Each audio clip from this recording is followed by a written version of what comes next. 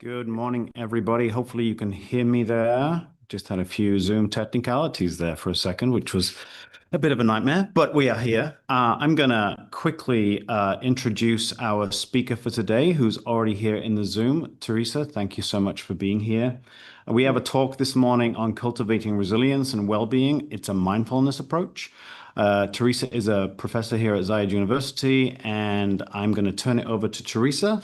For those of you who are new to the session, there is a Q&A in the bottom of the screen. If you drop your questions into that, at the end of Teresa's session, she'll have about 35 minutes. We'll open that up for questions. I'll be scribbling notes. I'm sure the rest of you will be. And we look forward to walking through this wonderful presentation this morning to kick things off. Over to you, Teresa. Thank you.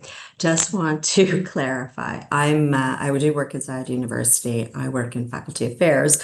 I am not currently a professor of faculty, but anyways, I'd like to say good morning, good afternoon, good evening. I'm not sure where in the world you are joining us from, but welcome.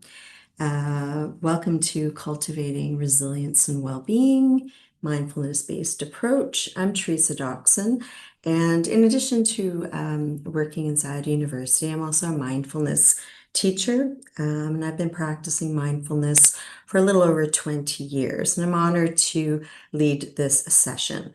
And just taking a moment to pause and reflecting on how you are arriving in this session.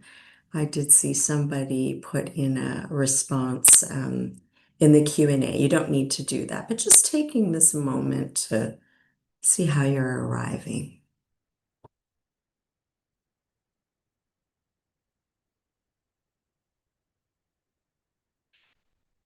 So just go through the flow of the session.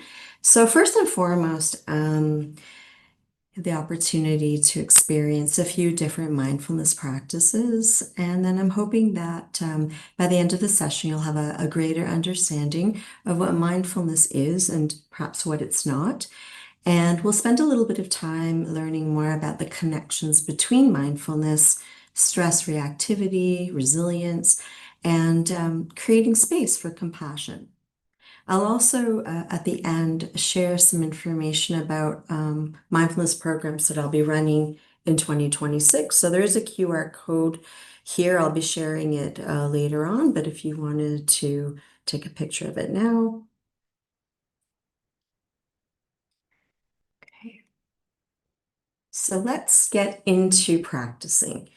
I'd like to lead approximately 5-minute grounding practice. So just allowing yourself to settle into a comfortable position, sitting on the chair. You can do this practice standing, or if it's comfortable, you could even do it lying down. And inviting you, if it's comfortable, to gently close the eyes or soften the gaze, and just taking a couple of natural breaths.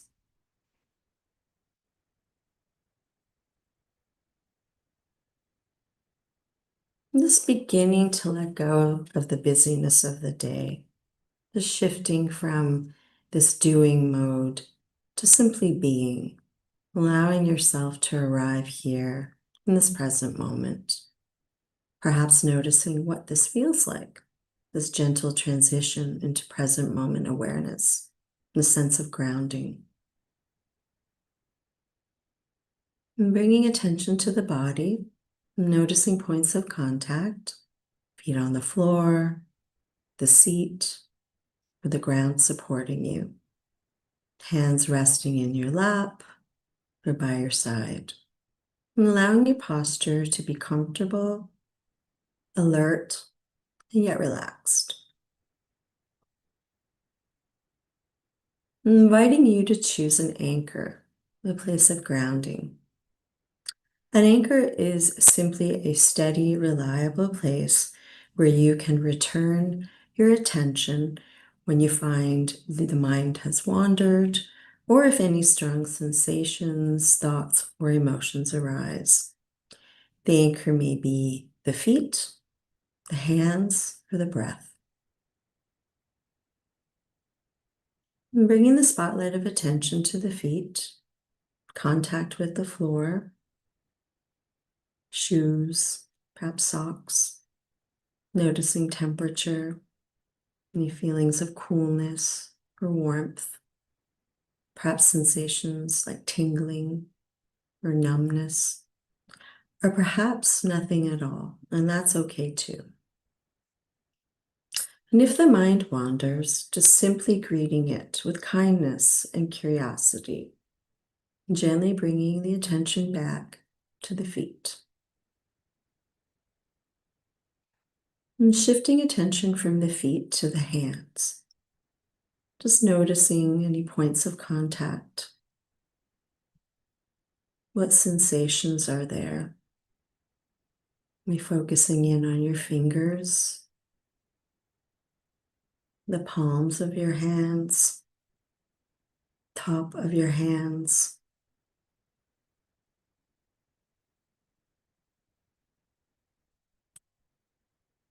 And then shifting the attention from the hands to the breath, if that's comfortable. Otherwise, just staying with the feet or the hands if the breath is not comfortable for you. Just noticing the natural rhythm of the breath, the in-breath, the out-breath. Perhaps feeling the rise and fall of the belly or the chest, or sensations of air as you breathe in, feeling the cooler air coming into the nostrils, and perhaps warmer air as you exhale. Now choosing whichever anchor feels most accessible to you in this moment, so the feet, the hands, or the breath, and resting attention here for a few moments.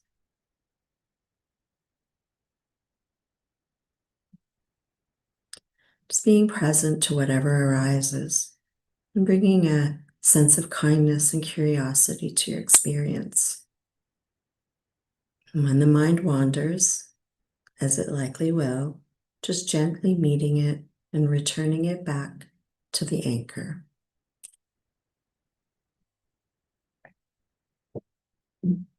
Now allowing the attention to widen, taking in the sense of the body as a whole and the space around you, noticing sounds, sensations, thoughts, just noticing as they come and go, like clouds passing in the sky, just resting in this open, spacious awareness.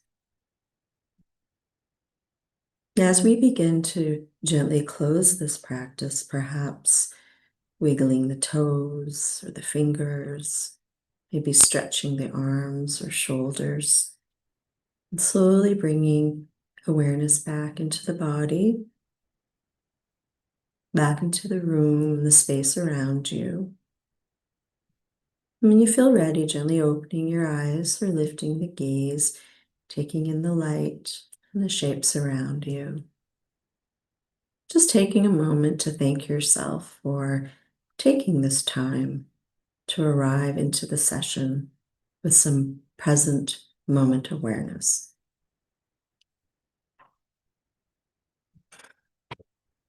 So just want to take a moment to have you notice how you're feeling right now.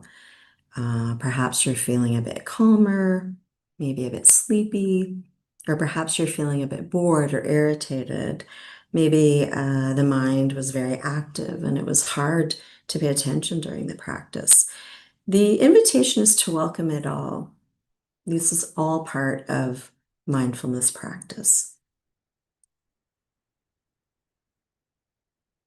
So we'll spend a moment exploring what is this thing called mindfulness. You can see in the picture here, when you go through your day, is your mind often full of distraction, full of thoughts?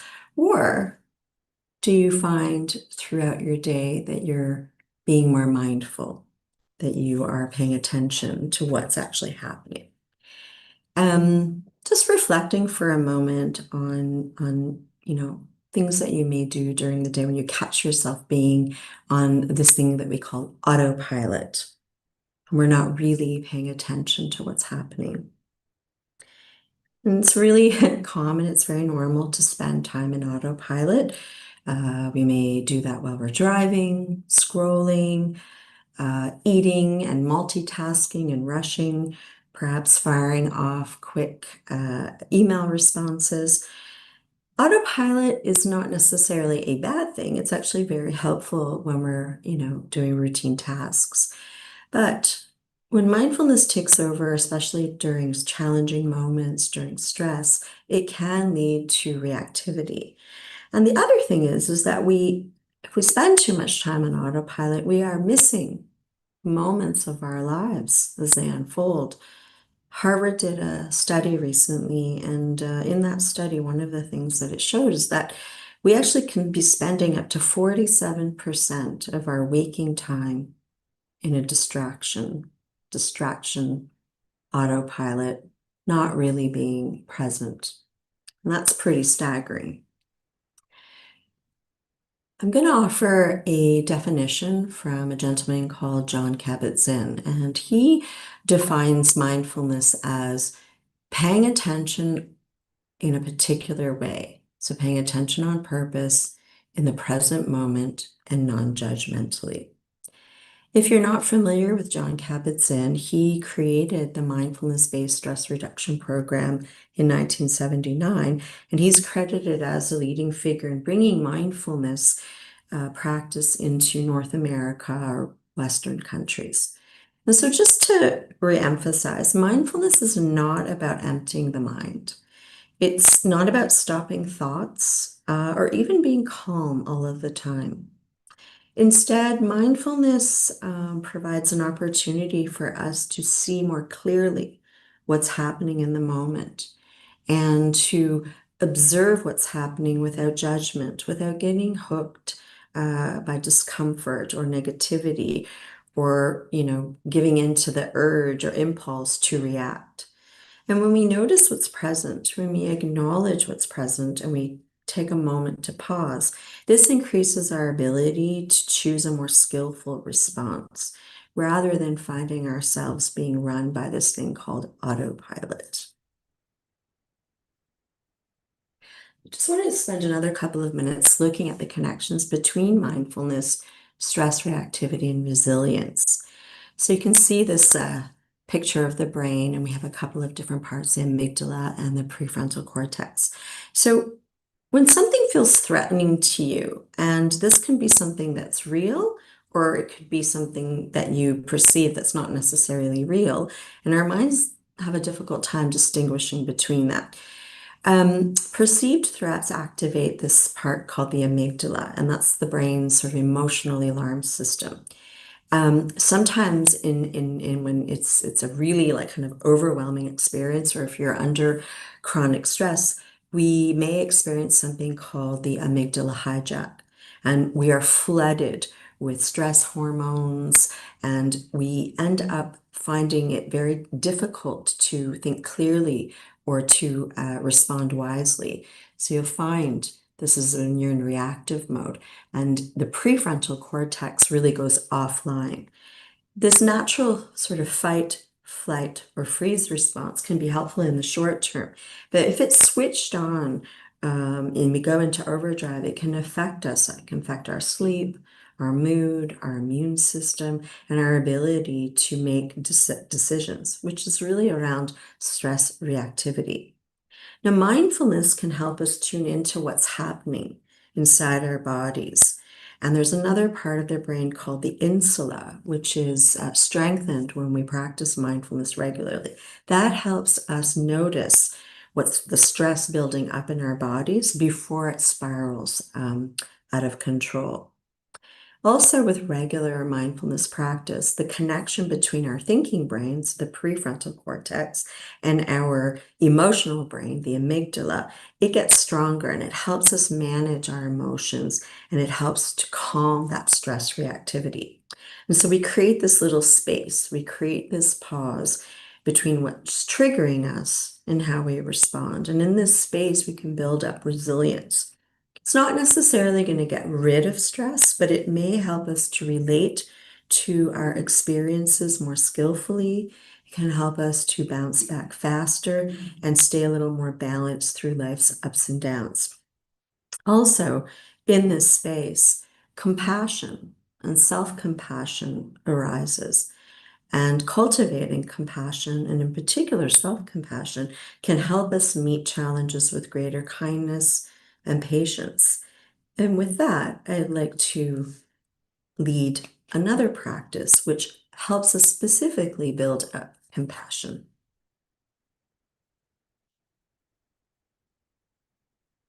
So just taking a moment to settle. You may like to close your eyes or lower your gaze. Just bringing attention to the body sitting, noticing points of contact, feet on the floor, the seat beneath you, the weight of your body supported by the ground. And beginning to gently rest attention on the movement of the breath, not needing to breathe in a special way, just simply tuning into its natural rhythm. Again, if the mind wanders, just gently acknowledging that and returning your attention to the next breath with patience and kindness. And now beginning to open to the possibility of relating to ourselves and others with kindness. There's no need to force a particular feeling. It's just simply an opportunity to invite the mind towards friendliness, one phrase at a time. In this practice, I'll be using some simple phrases to plant seeds of goodwill. You're welcome to silently repeat these phrases to yourself, gently and at your own pace, or you can adapt the words so they feel more natural to you. And now beginning with yourself, just acknowledging your own presence in this moment. And perhaps placing a hand gently over your heart or another place that feels comforting. And you may want to offer these words. May I be safe. May I be well. May I be kind to myself. May I live with ease. Just noticing what it's like to offer yourself these words of kindness and goodwill, even if it feels a little unfamiliar.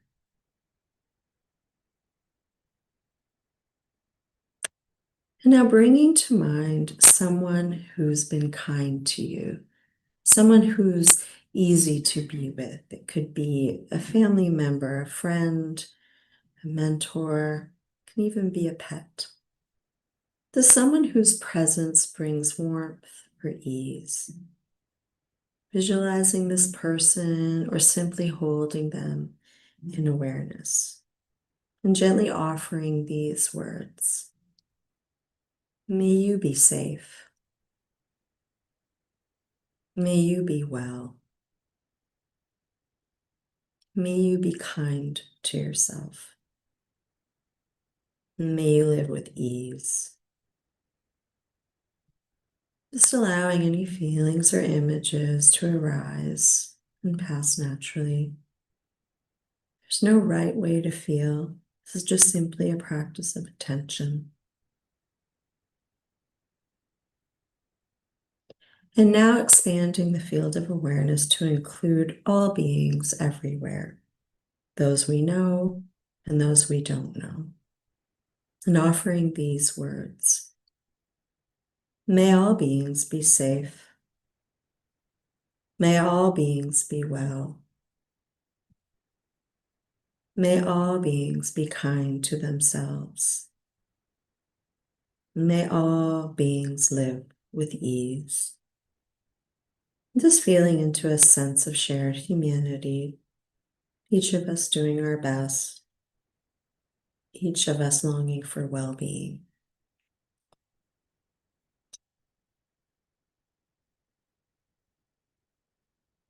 Now gently releasing these phrases and returning the attention to the breath and feeling the body sitting here supported and steady, noticing the sounds around you, the space in the room, just acknowledging whatever is here in this moment. There may be warmth, there may be discomfort, or nothing particular at all. Whatever's here, it's enough. When you're ready, allowing the eyes to open, for the gaze to lift, and taking a moment to arrive back, and perhaps bringing this attitude of friendliness with you into the session and into the moments of the rest of your day.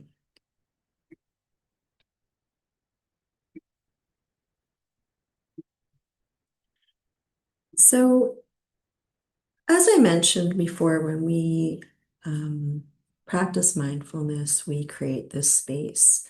And mindfulness helps us to become more aware of physical, emotional, or mental pain that we're feeling.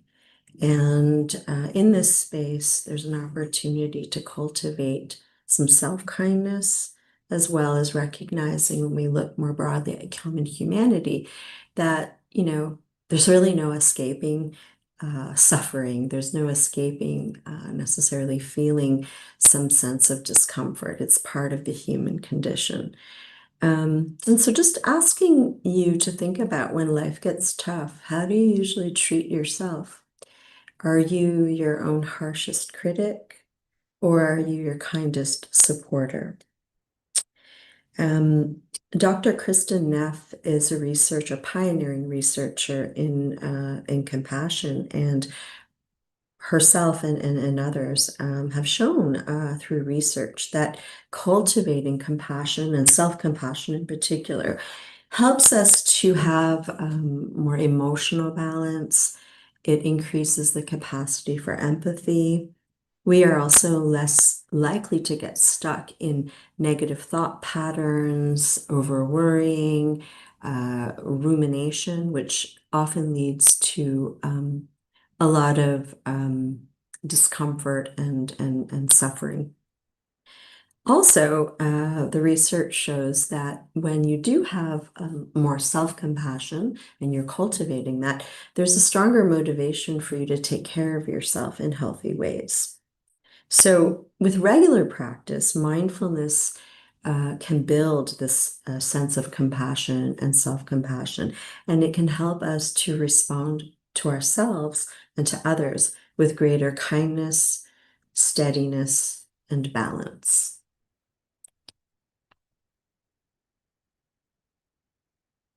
So, just a few concluding thoughts. I've got a quote here from Viktor Frankl. And he said that between the stimulus and response, there's a space. And in that space is our power to choose our response. And in our response lies our growth and our freedom. So, just a couple of takeaways. So, with regular practice, mindfulness trains present moment awareness, and it helps us to notice what's happening as it unfolds, rather being driven by autopilot and habitual patterns of reactivity. Neuroscience shows that regular mindfulness practice increases the gap between this stimulus and response, and it strengthens the prefrontal cortex, which helps with self-control, and it also helps to calm down the amygdala, which drives emotional reactivity. And in this space, compassion and self-compassion arises, improving how we can relate to ourselves and to others. And so the invitation is this: start small. Recent research have shown that just 5 minutes a day can provide significant benefits. And also, mindfulness doesn't necessarily need to happen only in a formal practice. You don't have to sit in any special way. You don't even actually have to do a formal meditation practice. You can slow down and lean into your 5 senses to bring mindfulness into daily activities like walking, eating, and listening. So mindfulness is a practical skill that you can develop.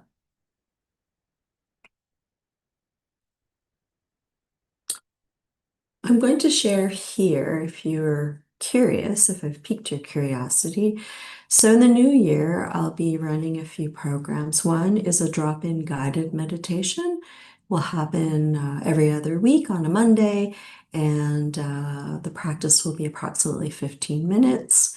I'll also be running a bigger program, a 6-week program, Cultivating Resilience and Wellbeing.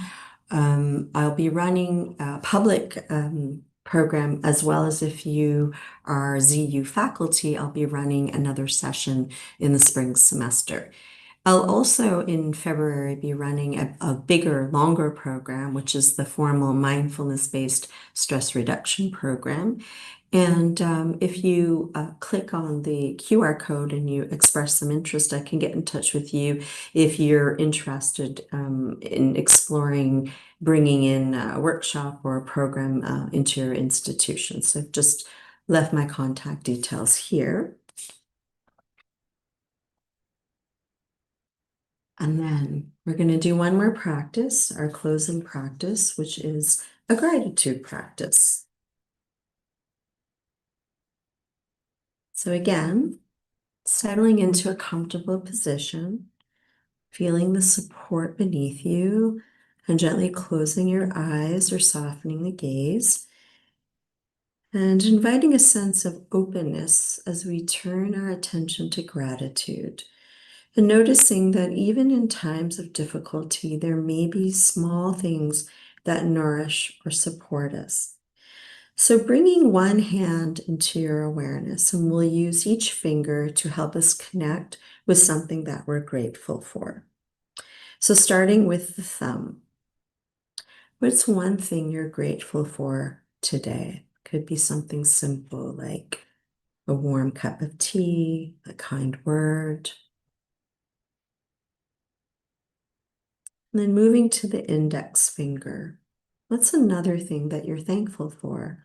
Perhaps something about the body that supports you, like the breath or or your legs that carry you. And then moving to the middle finger, perhaps recalling a person or a pet that brings you a sense of connection or joy.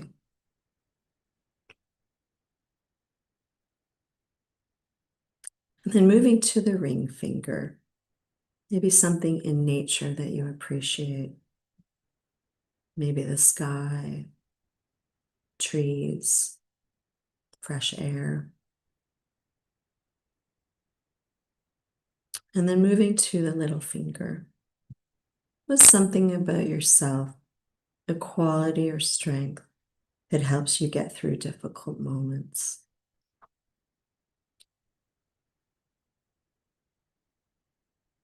And taking a moment to notice how it feels to connect with these points of gratitude. No need to judge or analyze, just observing whatever is present for you right now. And gently bringing the awareness back to the room and feeling the support of the ground beneath you, the chair, connecting with the breath. If your eyes are closed or gaze is softened, just slowly opening your eyes and carrying this sense of gratitude with you as you move into the rest of your day.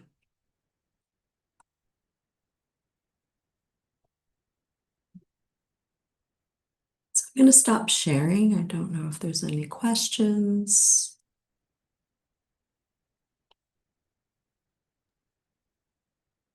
Teresa, thank you so much for that presentation this morning. Well, thank you. If there are any questions, please drop them into the Q&A box in the bottom of the Zoom. I have a couple of questions and a comment, if you don't mind. So I recall as a freshman in university taking my photography classes that my professor at the beginning of the semester sent us on what he called a stone journey. So we all came into the photo studio and he had a number of stones on a table and we were asked to pick them up find a stone that we kind of connected with, and then the lights were somewhat dim in the photo studio, and to go and sit for about 10 minutes and kind of commune and think about the life of this stone. And at the time, I was a little bit bewildered. I was a freshman who'd moved from England to America, and I didn't know what was going on. But as I've got older, I fully understand what he was trying to do, was trying to ground us in this new journey we were about to embark upon. And I wonder, as a faculty member here at ZU, teaching in design and arts, how best would it be to approach bringing this type of mindfulness into a classroom at the Hmm. beginning of a session? Because our students run around like headless chickens sometimes, Mhm. and they have phones and laptops and iPads, and they're always distracted by everything. And I would argue one of the biggest challenges we face is trying to find them or trying to get them to focus. And I wonder if bringing a practice like we went through this morning could be Hmm. both useful and doable inside the classroom environment. Yeah, that's a great scenario. And I would argue it's not just the classroom, but in meetings and any we often find transitions are challenging. We're running from one thing to another. And so one of the things that I try to do and when I run the program that I do inside university, I always start the beginning with that question. So how are you arriving today? How are you arriving right now? And even just that simple question just allows people to stop, just pause. And it also gives you an indication if you're, about to teach the class. Are people distracted? Or are they, so they can kind of tune into to kind of what's happening. And then, you know, leading on from that, depending on what kind of you get, it could just be as simple as, well, let's just take a moment. Let's just let go of that. Let's just be here in this moment. It could just be a couple of breaths and just allowing them to let go of what was going on 2 minutes prior and just allowing them to enter into the space. So that's something that I have used in meetings and I've used in the program, and I think that it could work fairly easily, I think, in the classroom. Yeah, I think it'd be a great grounding way to kind of just take a pause from what's happened prior and what we're about to go into. Yeah, Um, and hopefully the students have the maturity and the perspective and the trust to go on that little bit of a journey that's possibly outside of their comfort zone. I mean, I can definitely see it being valuable too for my three children from age 13 to 9. They are in a world of constant movement and flux and energy, and sometimes just having them find the moments to pause. It's okay to feel bored, or it's okay not to be energized. I mean, that's something that I think is really important in today's hyper digital world in which we live. absolutely. I think that, well, a couple of things. I think that, and the last time I ran the program a few weeks ago here at Zayed University, we had a discussion around using these transition times. So when the class ends, you're walking to another class or on the commute, or just finding little moments where you can slow down. You might not necessarily do a formal practice, but it's about, again, leaning into sensations, leaning into your five senses, as well as to the second point. I think if you do start practicing, and I would say a little bit more formally, even just a few minutes a day, one of the things that you may find, and I have found, is that you begin to become more able to sit with whatever is arising. In the program that I ran, the 6-week program, that's definitely sort of in the middle part of the program. You start to learn to not only notice what's happening and training that attention, but when things arise that are unpleasant, they feel uncomfortable, could be physical sensations, could be thoughts, you start to learn to observe them, not to suppress them, not to feed them, but just to kind of welcome them and be with them. And with time, you often find that then you'll notice that they naturally rise and they fall. So if you don't get hooked into them, there's this natural ebb and flow, that you can, connect in with, which does help with feelings of boredom, feelings of, we have a lot of, especially we're so digitally connected, we're so busy, busy, busy. Um, Pausing for a moment might feel a bit weird, might feel a bit odd, might feel a bit. And so I do think, ironically, taking these small kind of gaps, these pauses, actually helps to restore, kind of a sense of regulation, so self-regulation, Yeah. emotional regulation. It also helps you to be more present and more focused. And I would suggest, and experimenting with this and seeing how other people relate to you. We often, in our own relationships, and mindfulness can help us. If you think about mindful listening, do we really listen? How often do we really listen? Yeah. So there's many ways informally to bring this into your life. And there's all kinds of apps and videos and things where you can do guided practices. But I do encourage people or invite people to try to bring in a bit more mindfulness into their lives and see for themselves how that impacts them in terms of reactivity versus responding, how you relate to others. And yeah, I think there's a lot of research out there to support um, the cultivation of mindfulness practice can be really beneficial to our health, to our well-being, to our relationships with others. Yeah, that's great. Thank you for sharing that. Again, if there are any questions, please drop them in the Q&A box on the bottom. I don't want to hog all the questions, but I do have one more. I don't know if you saw Nancy Gleason's presentation this morning. I have to be honest with you. I was preparing for I'm this sure. when I Yes, had it that's on. why. I was not very mindful. Okay, I did that's hear why her I was asked. speak. But her presentation was around brain-computer interfaces, and she brought up things like, and she didn't have hers on, but I have mine here. These are my Meta glasses that have speakers and glass, AI built into it and such. And these were bought for a very specific reason. I spend my summers in Mexico. My wife's from Mexico City. My children speak Spanish. My wife speaks Spanish. I do not speak Spanish. So my glasses were enabling me to be a bit more engaged in the process.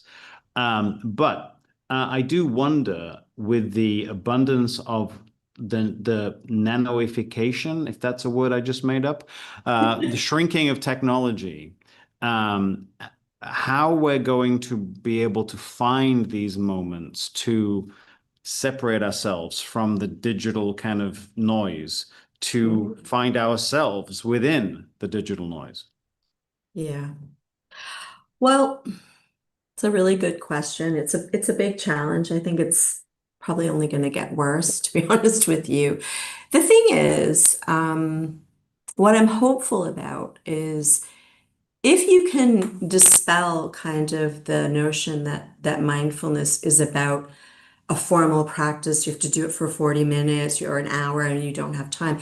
It's about weaving it into just everyday moments, right? If you are walking from the classroom to the car, can you lean into your senses? Can you just walk a tiny bit slower? Can you notice, the sounds? Oftentimes with mindfulness, if you have an anchor, so we explored different anchors in our first practice. It can be anything though.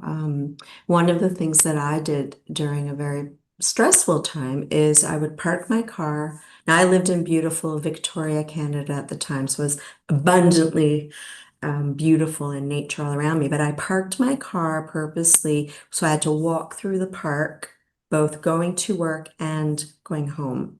And I walked really slowly, and I really kind of really filled myself with like, look at the flowers, look at the nature, look at and the sound. So I think I would argue that it's about intentionality, and I think that it can be 1 or 2 minutes. Like I said, there was some recent research saying that 5 minutes a day actually does show some effects on the brain, and it does uh, have an impact on this neuroplasticity or overriding or building new neural pathways. And what you probably will find is the more you do it, the easier it gets. Yeah. But you do have to start and you do have to stick with it. But I would encourage people to start wherever they're at. And also, if you kind of fall off the bandwagon, the other component of mindfulness is kindness and not judging. So if you're falling off the bandwagon or if your mind is wandering, that's okay. Just bring it back. Just know every time you notice that you're distracted, that's a moment of mindfulness and bringing it back to whatever it is you're doing, whether it's a formal practice or just, kind of doing an activity. That's what's building that neural pathway. So John Kabat-Zinn said, if your mind wanders 1,000 times, just bring it back 1,000 times. That is the practice. Great. What a great way to end the morning session and to kick things off today. Thank you so much for your time. Thank you. There are ways to communicate with you on the app, I believe, if people have questions. And in Yes. the slides you had, there were QR codes. So hopefully Yeah. attendees will do that. For the attendees, I'm just going to share my screen really quick. You should be able to see there is a code on the screen right now. Can you see that on your end? I think you can. And the code for today's morning session is mindful. So if you take a note for that, you should be able to, on the Faculty 360 website, get the remainder of the instructions as to how you can use that code to start adding them for your certificate. Teresa, thank you so much for your time this morning. Thank I'm sure you. I'm going to be looking forward to a session in the spring. Thank you so much. Thank you. Take good care, everyone. Bye-bye. All right.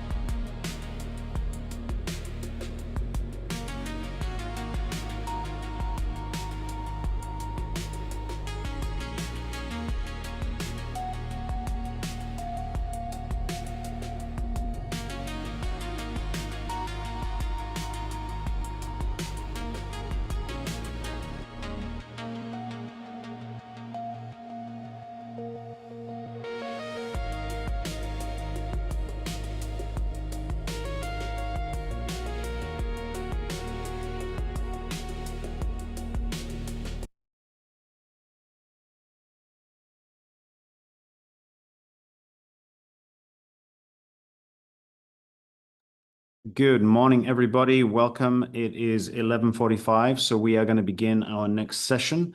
I am Richard Kaywood. I'm an assistant professor in the College of Arts and Creative Enterprises here at Zayed University, and I'm moderating this session.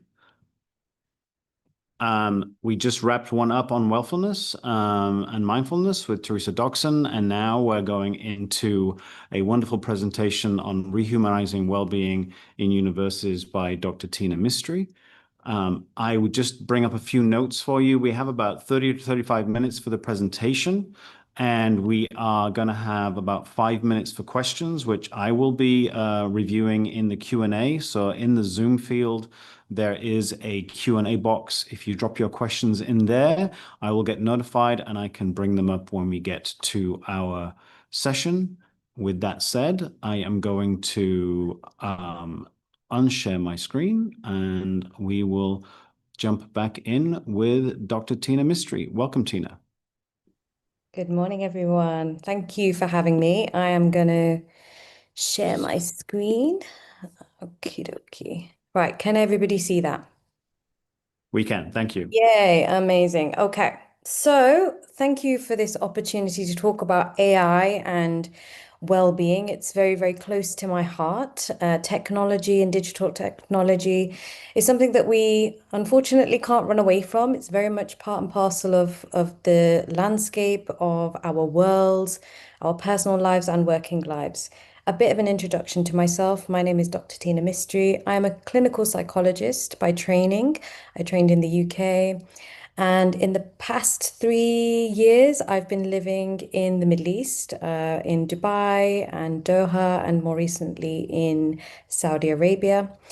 And my work sort of spans the context of mental health, well-being, digital technology, and thinking about how we can utilize digital technology as an enabler and something that doesn't take away from how important it is to look after our well-being and particularly our mental health. So, without further ado, I'll get started. So, I want to first kind of put out there that I'm not anti-AI. I actually use AI quite a lot. I genuinely feel quite excited about AI and the possibilities we can use it in, and what the opportunities arise with using AI. But at the same time, being a psychologist, I am naturally going to be skeptical because of the fact that it can do so much, and the fact that actually we can, without being governed properly, it can unfortunately do harm as well. So, my talk is going to be about well-being, humanity, and the future of education in the Middle East. So, when we're thinking about humans and we're thinking about how we fear things, so this is my psychologist hat on, we seem to be fearing the wrong things. Now, if you think about our typical phobias, personal little disclosure, I have a fear of deep water. I also have a fear of sharks, so I think they're slightly connected. But actually, what we know what kills us is heart disease, and it kills millions of us. And, from thinking about, sharks and deep water, we also, some of us also have a fear of flying. But actually, what we know is that burgers and Netflix quietly takes us out from the inside, which is, yeah, something we should be thinking about. And with AI, we're doing it again. We're saying that students are going to stop thinking for themselves, they're going to become robots, and AI will ruin their minds. Now, we know that this is something that we've seen time and time again. I remember in the early days of when I was studying psychology, there was the talk of video games killing people's minds. And prior to that, when the invention of television happened, the harms were talked about around, how TV could impact people's behavior. So we've been there, done that, bought the t-shirt time and time again. When a new technology is created and disseminated in the world, there seems to be a bit of a fear. Natural, of course. But actually, what we know is that AI actually hasn't really got a strong component of the harm itself. We know from the research that it's loneliness, that it's stress, it's isolation from nature, the lack of creative time, and no space to reflect, and the dwindling connection of humans. This is what the challenges and the problems are. And let's remind ourselves of the time when we were experiencing loneliness and isolation. We all felt it during the time of COVID. So we've been there. We know what it viscerally feels like. Now we fast forward to 2025, and this problem is still here. Now, one of my favorite colleagues who talks about this a lot, Dr. Louise Lambert, reminds us that the danger isn't that technology will replace humanity. It's that we've already started to replace human time with more structured, pressured time, and students are paying the price. So we know from this slide that mental health challenges actually start very, very early on. So that's why we need to start intervening as early as the age of 14. This is when the brain is going through all its wonderful complex development. Now, what we're also seeing is the use of technology during this time, social media, for example. And then this onset only increases as we gain age, as we get older. And 75% of young adults experience symptoms of poor mental health before the age of 25. So this is our prime category, students who have left home or maybe far away from friends and family and support to going off to build a bridge of new futures. And this is where they are most vulnerable. What we also know is that within recent research, that workload is the strongest negative predictor of well-being. And this is both not only within the student population, but also with the working population. So youth well-being has been declining in high-income countries, including the Gulf, for many, many years now. And what we're finding is that AI doesn't actually fix emotional pain, it acts as a resource. And reducing cognitive load, giving structure, and creating autonomy is where its strengths are. But the well-being crisis was happening way before the invention of ChatGPT. Let's just remind ourselves of what it was like COVID time and maybe even pre-COVID time.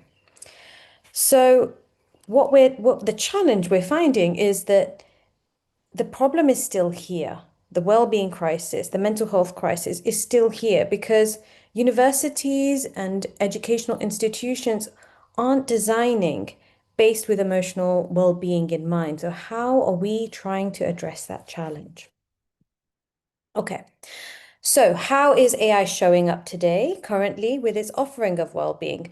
So, what we're finding is that many of us, I'll put my hand up, have also tried using AI chatbots as a way to manage our mental health.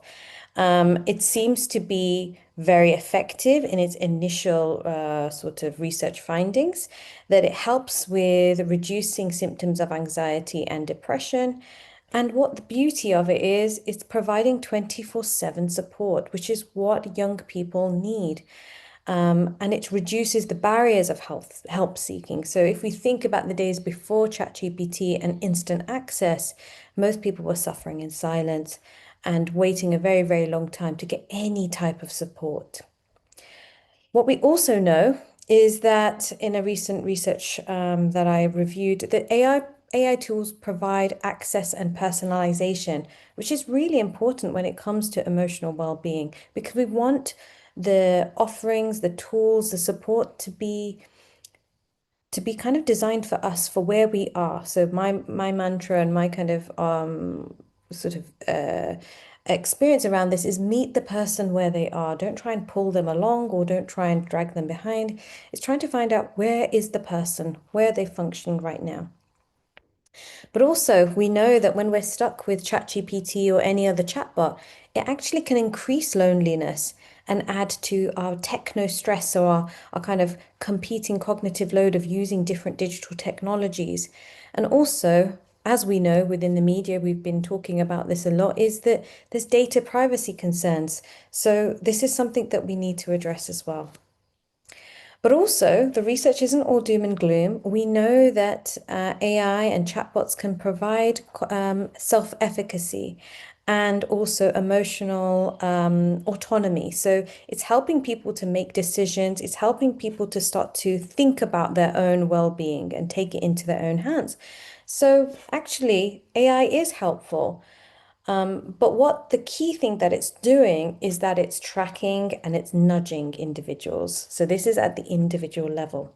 It's not actually helping us redesign the system in which the students live in. Okay, so this is a study that I really liked and just wanted to share. And this was an exploration study back in 2022, where, again, I'm going to reference my dear colleague, Dr. Louise Lambert, about what actually matters to young people. And she was talking about offering workshops on happiness and well-being. And what she found was that students actually valued friendship, belonging, supportive professors far more than programs that kind of taught you skills and tips.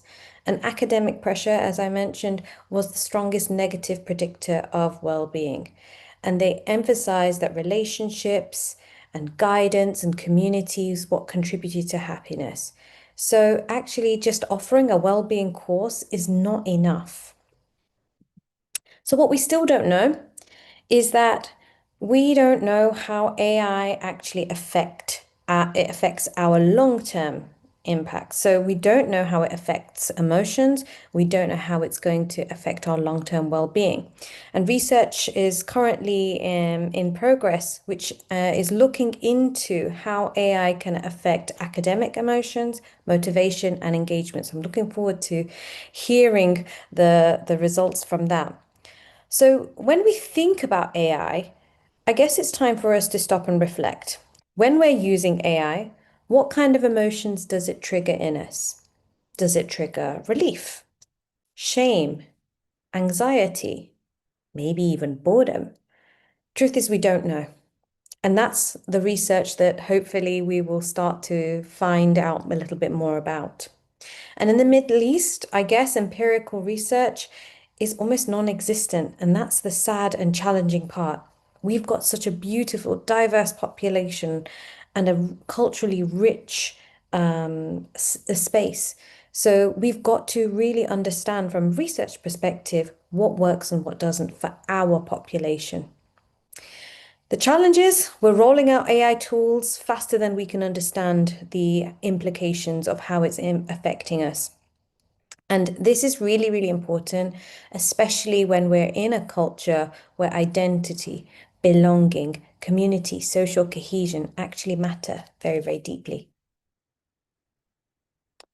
So, the gap.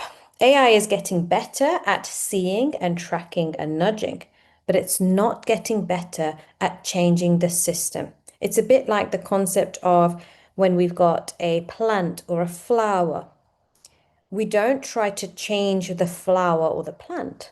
We try to change the soil and the environment. So again, we need to start to think about this in a more systemic fashion. Today, in our current sort of AI apps and tools, we're tracking mood, we're tracking attendance, engagement, sleep, maybe even assignments and interactions.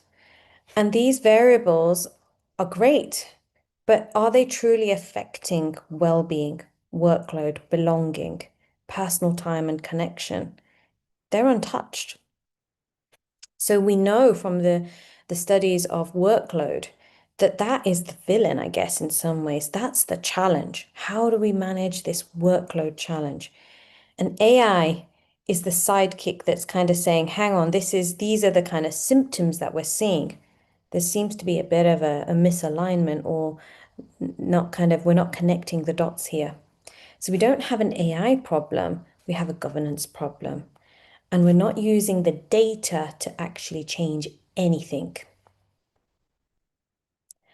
So a study that I came across by the Delft University talks about they tried out a wellness check app.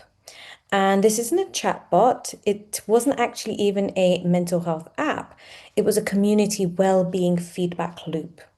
And they used this on over 20,000 staff and students and repeated it over 2 years. And this was done over COVID. And what they did was they co-designed it with the community in mind, so the students and staff, faculty, staff. And what they also found was that the well-being assessment outperformed standard tools that we normally find within the research landscape in predicting life satisfaction. And the students loved it, and it felt very, very relevant to them because it was contextual and it felt human. So the data actually led to action. Policies changed, schedules changed, communication changed, and social initiatives were developed as a result from that data. So this is cybernetic thinking. AI senses, humans interpret, and then the university or the context act the system evolves. So, as I've kind of put out on this slide, that AI can help to a limitation. It can reduce initial symptoms of anxiety and depression because it can help raise awareness. It can help with self-efficacy and autonomy. It offers immediate, non-judgmental support. It can create that learning space where we can understand what are the signs and symptoms of anxiety and depression. But at the same time, we can see that AI is causing harm. It's deepening loneliness, maybe even digital fatigue and techno stress. It reduces the face-to-face interaction because we've got this immediate hit of support. We have privacy concerns here, and maybe even, this kind of the immediate sort of resolve that we might be getting, short-term fix, could be creating overdependence, which isn't necessarily what we want. So what we need to do is think about the broader concept. Workload predicts poor well-being more so than technology. Belonging has an impact on well-being more than technology. And human relationships continue to remain to be the strongest protective factor. So we have to keep the human in the loop. And community feedback loops, so where we listen, we act and react, is where the change is going to happen. So the right question isn't going to be, will AI make students lazy or anxious? The right question is, how do we integrate AI into the ways we can enhance real human well-being? So, as I alluded to before, where we can go with this is by using AI as a tool to gather data, but we have to bring the humans back into this space, and we have to make it contextual. So we use the data to sense and develop culturally aligned, culturally sensitive, contextual, meaningful well-being assessments that honor the region, honor faith, honor all the different sorts of complexities within the student population and the faculty population. And then we start to look at, what does this mean? How do we as an organization make sense of this so that we can understand the patterns and collect the information in a meaningful way? And then we don't just stop there. We don't just tick the box. We actually act on it. We start to focus on making structural changes. It's not about fixing the plant or the flower. It's about fixing the environment. Small changes can make a huge, huge impact. So could we adjust the workload, spread it out in some way, enhance the experience of belonging, and protect time for human relationships? Because that is what matters. That's what the research is telling us. And then evolve, close the loop, communicate to say, we've listened, we've heard, we've made sense, and this is what we've done, so that we can create a sense of trust and safety. Okay, so let's think about actionable steps. There's small things that we can do within our faculties, within our departments, that can make a big, big difference. And it's not necessarily about kind of creating and rolling out a huge well-being, AI and well-being project. This can start tomorrow, next week, on Monday. We could start with a brief well-being moment, checking in. How are we all feeling? Could we share an emoji, or could we do a thumbs up or a halfway thumbs up or a meh? It's not necessarily about fixing, it's about acknowledging and being heard. It's about also thinking about listening and then closing the loop. You said, and we did, listen to when students share feedback and act on it to show that you are listening and create trust. And use AI as a way in which we can reduce the burdens of tasks that could be automated, could be, for grading, scheduling, and really preserving time for human interaction, because again, that's what the students value most. And I'm sure that faculty also feel the same way. So again, bringing in healthy use, what could that look like? Could it be that you have a conversation with your students about, what points should we use AI, and what emotions came up for you when we start to think about the use of AI in work? How did it affect confidence, for example? I know that a lot of students would say it actually may have an impact on confidence. So tiny habits are going to make a big difference. So what can we do next? Now, I talked about the mini things, and this is now where we can talk about the big things and the kind of long-term plans.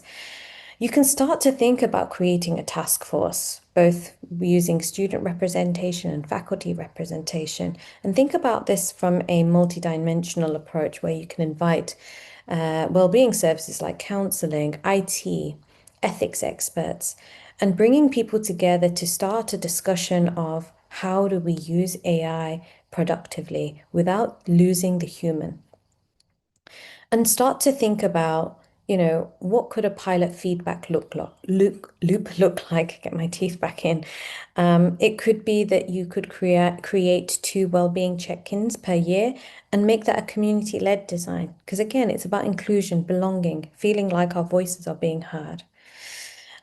And think about ethics. And I know that, universities are hot on ethics, and this is core to what we should be doing.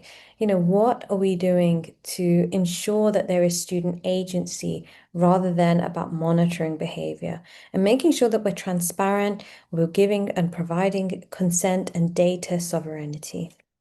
Because it's not just about, measuring and engaging. It's more about belonging and life satisfaction and purpose and reducing stress. This shifts from AI adoption into AI-enabled care, and this is what we want. So I know that there are lots of different amazing things that are already happening within institutions, which is great. And, I was at NYU yesterday and I could see all the posters around in the kind of community areas. And it just reminds me that there are lots and lots of great work that is happening and where we should be prioritizing humans. And I've just outlined some areas where, AI shouldn't be even in part of the conversation when it comes to mentoring, pastoral care, cultural and spiritual rituals, and spaces where we can play and be creative, because we want to give people and humans space to co-create, to cohabit, and to coexist, because that's where we get growth. Okay, so our opportunity is simple, really. When we think about this region, we're not building on legacy systems, we're building from the ground up. And that's why it's so exciting to have these universities all together to think about what could this future look like. So we have investment, ambition, and cultural cohesiveness. We're leapfrogging from, what the Western research databases are telling us and the literature, and we can debate entirely different. Instead of thinking of AI first, well-being later, we can build culturally grounded well-being ecosystems where AI is the sort of the thing that follows, and humans are the ones that are designing and creating and leading in this space. So imagine that if we could create these ecosystems, what would that look like? This is, this is the sandbox for future proofing the workforce, because we know that AI in the workforce is happening. It's already here, and workforces are sadly struggling because of this. So imagine creating students who are leaving your institutions, who are emotionally regulated, connected to their community, resilient, creative, kind, and most importantly, well. And this is where we want, this is excellence, institutional excellence. Okay, so my closing question, and it's probably the most important one. In the sphere of your influence, your classroom, your program, wherever you may be, what are you going to choose to optimize? More tracking, more apps?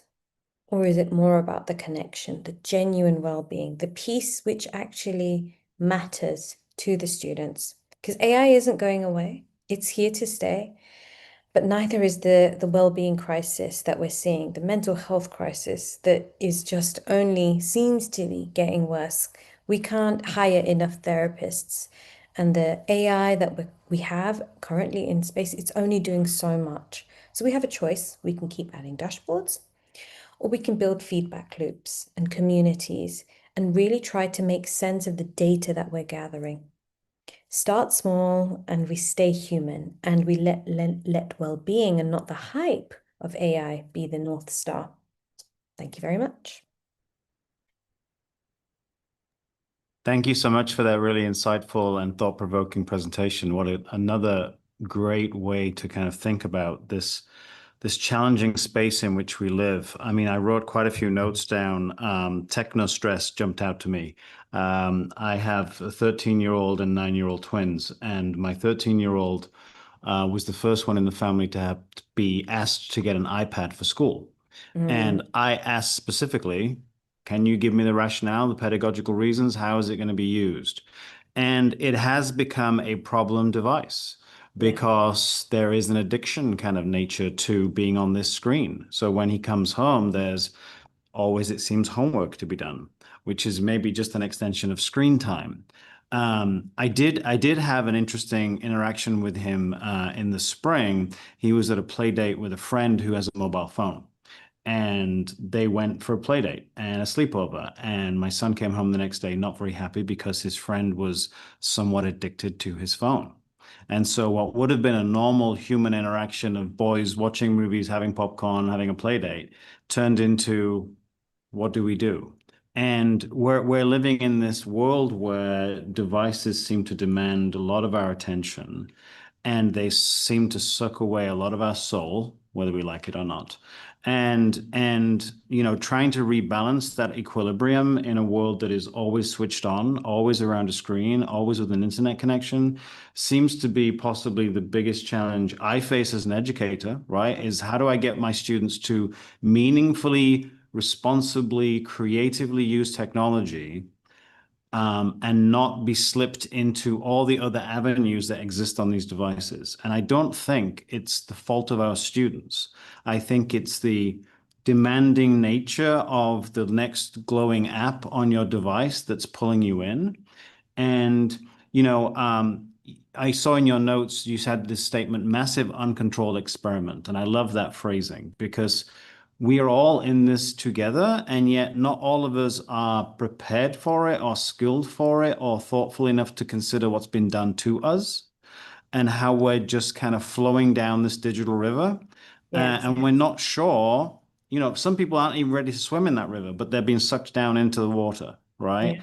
And it's this idea of it being a massive uncontrolled experiment and being a parent and being an educator. It's a really worrisome time to kind of look at the future. I don't know if you have any thoughts around that. Yeah, I mean, look, I try and hold a nuanced position. I'm not anti-technology at all. I mean, it's it's here. We can't kind of say we don't want this. I think that what I'm seeing within the space of research is that we have to take an approach where we are in control of what we're consuming.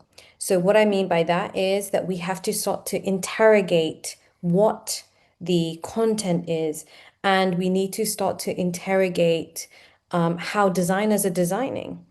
And on top of that, we all need to become conscious consumers. So, it isn't necessarily about okay, you only have 15 minutes and that's it. Actually, it's not about that. I think it's more about how. It's the how and the what. So, for example, if you're doom scrolling, and we know many of us do that. I've done it. I do it a lot of the times. And I've looked at the watch and I'm thinking, oh my gosh, how did 2 hours just pass? I've literally just scrolled through Instagram for no reason. Again, it's how is my mind totally disconnected from what I am doing. So this, touching on to Teresa's point, that we've become so disconnected from our bodies. Our conscious is not in control. We are, like you said, swimming down this river moment to moment. So this is a challenge. And I think that as parents, and I'm glad you raised that because we know that children now, as soon as they are toddling around, they've got iPads in front of them. So this is now something that is needs to be taken seriously from birth all the way up to, older age. And I know that within the region, there's been some fantastic initiatives and projects and research going on that's investigating and interrogating what are we consuming, how are we consuming, and what can parents and educators do about this and get involved in the conversation rather than being passive spectators to this thing that is being thrown at us and we're just expected to juggle. So I hope that this inspires all of us to start to think about ways in which we can be a bit more active and proactive in the consumption of digital technology use and start to use the digital technology in a more meaningful manner. And that's at an individual level. And I talked in my presentation about how we can start to use the data to start to join the dots and start to think a bit more systemically that our challenges don't aren't created in isolation. They're created based on a context.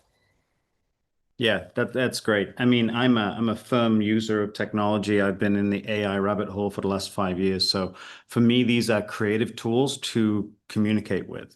Yes. Obviously, my sons were given devices before they had the agency to understand the power of these devices and didn't have a direction. And the issue with the phone, well, that was a really good lesson for my son to live through without me telling him because Yeah. he saw now, oh, this is why mom and dad don't want me to have an iPhone or any phone because it's a problem, right?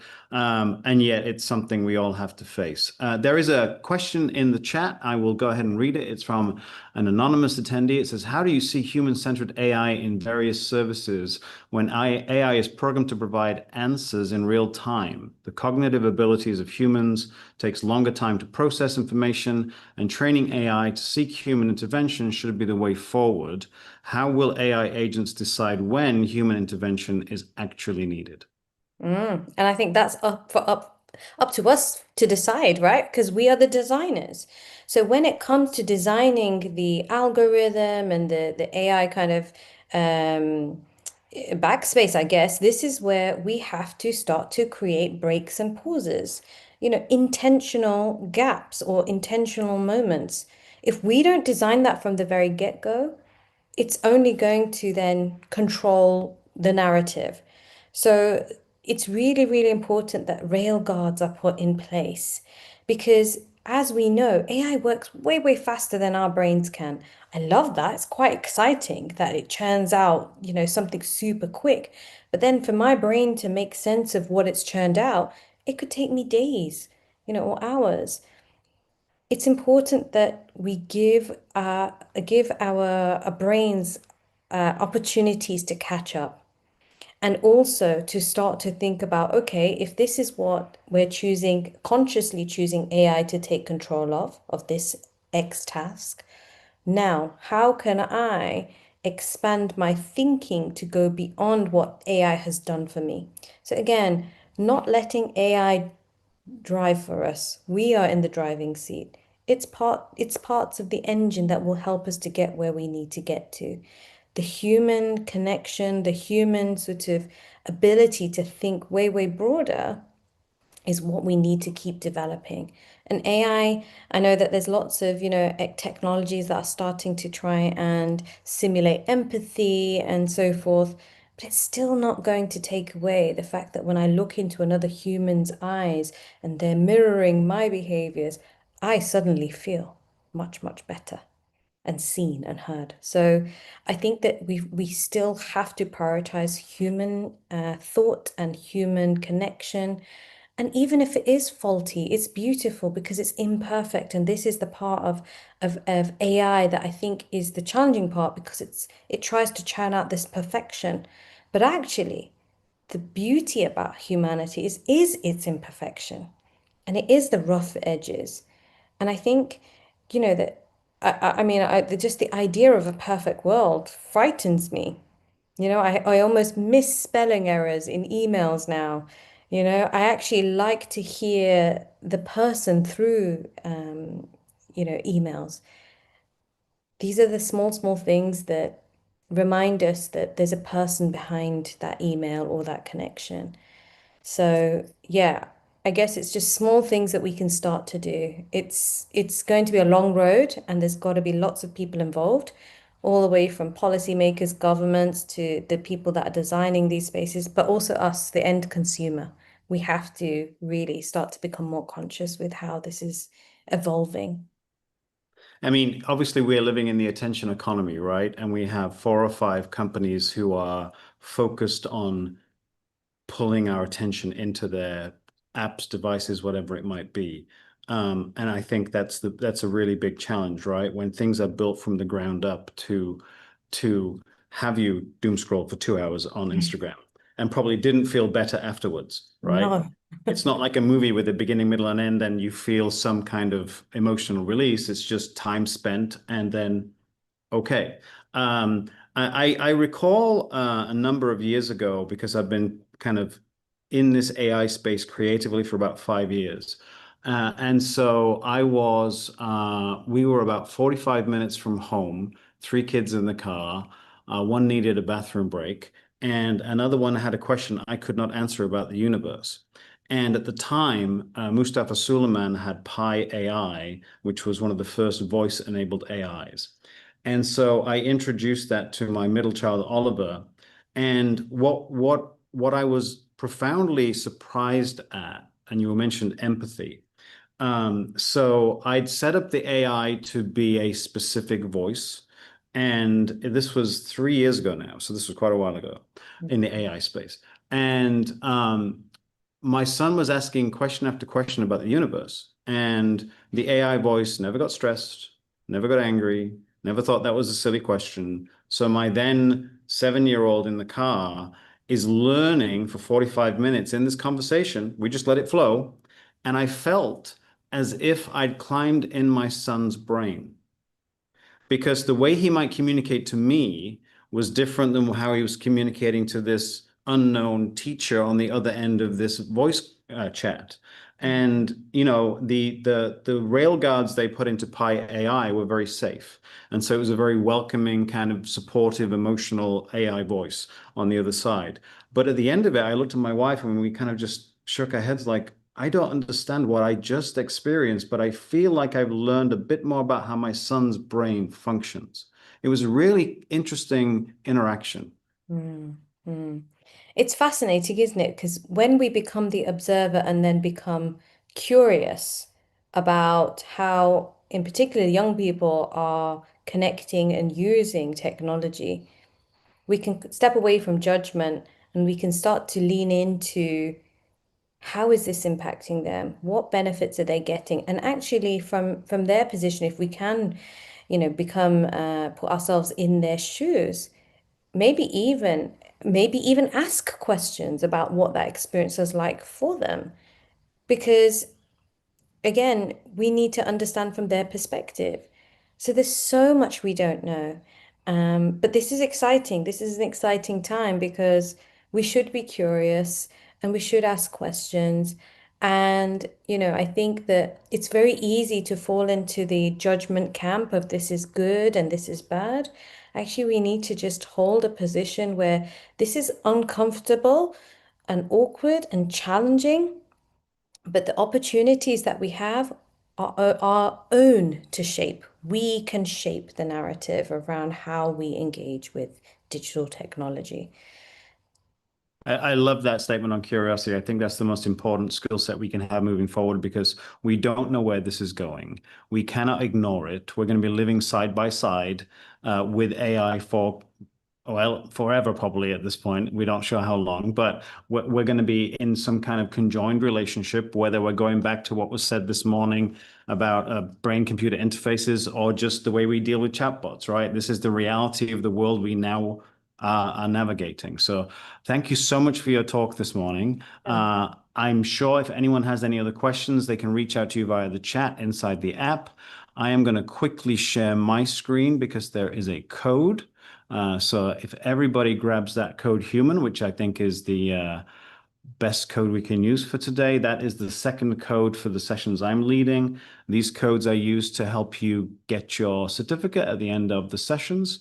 So Tina, thank you so much. That was really compelling and interesting and left me with a lot to think about.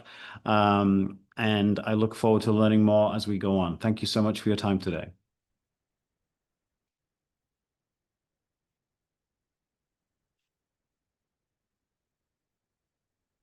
We are going to be going into another session in about 3 minutes or so. So I'll just bring up the slide for that, and there'll be some music playing in the background while we wait to get going.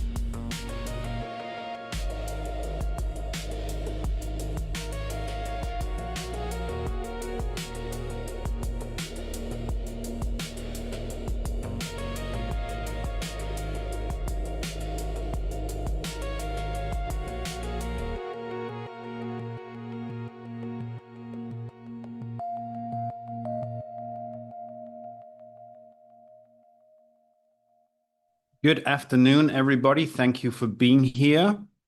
We're about to start our third session of the day with me as the moderator, and Dr. Svetlana is here. So I'm just going to quickly go over a few ground rules, and then we'll switch the screen and let her dive in. Hopefully everyone's having a good time at our conference today. I'm Richard Kaywood. I'm an assistant professor in the College of Arts and Creative Enterprises here at Zayed University. I use AI for a very much different purpose in my creative life, but I'm very curious as to what it means for us humans in the loop, as it were, that I'm hearing a lot of today, and how we focus on wellness around this changing landscape in which we're in. Those are the 3 sessions I've moderated so far. So the next session up, my final session of the day, is Cultivating Trust, Agency, and Wellbeing with Dr. Svetlana. And we're going to have about 30 minutes of presentation, I believe, and then 5 minutes or so for Q&A. And at the end of that, I will give everybody a code, and that code is going to enable folks to complete the survey to get their certificate for attendance today. And I'm saying that while my system is a little bit being cantankerous. So I'm going to try to log out of this. And there we go. So you should be able to now, Dr. Svetlana, share your screen. Okay, I'm just about to share that. Okay, can you see it? We can see that. Super. Thank you so much. Thank you. Well, thank you, Richard, for the introduction and for the music. I really enjoyed it during the break. I found it really relaxing, yet kind of energetic as well.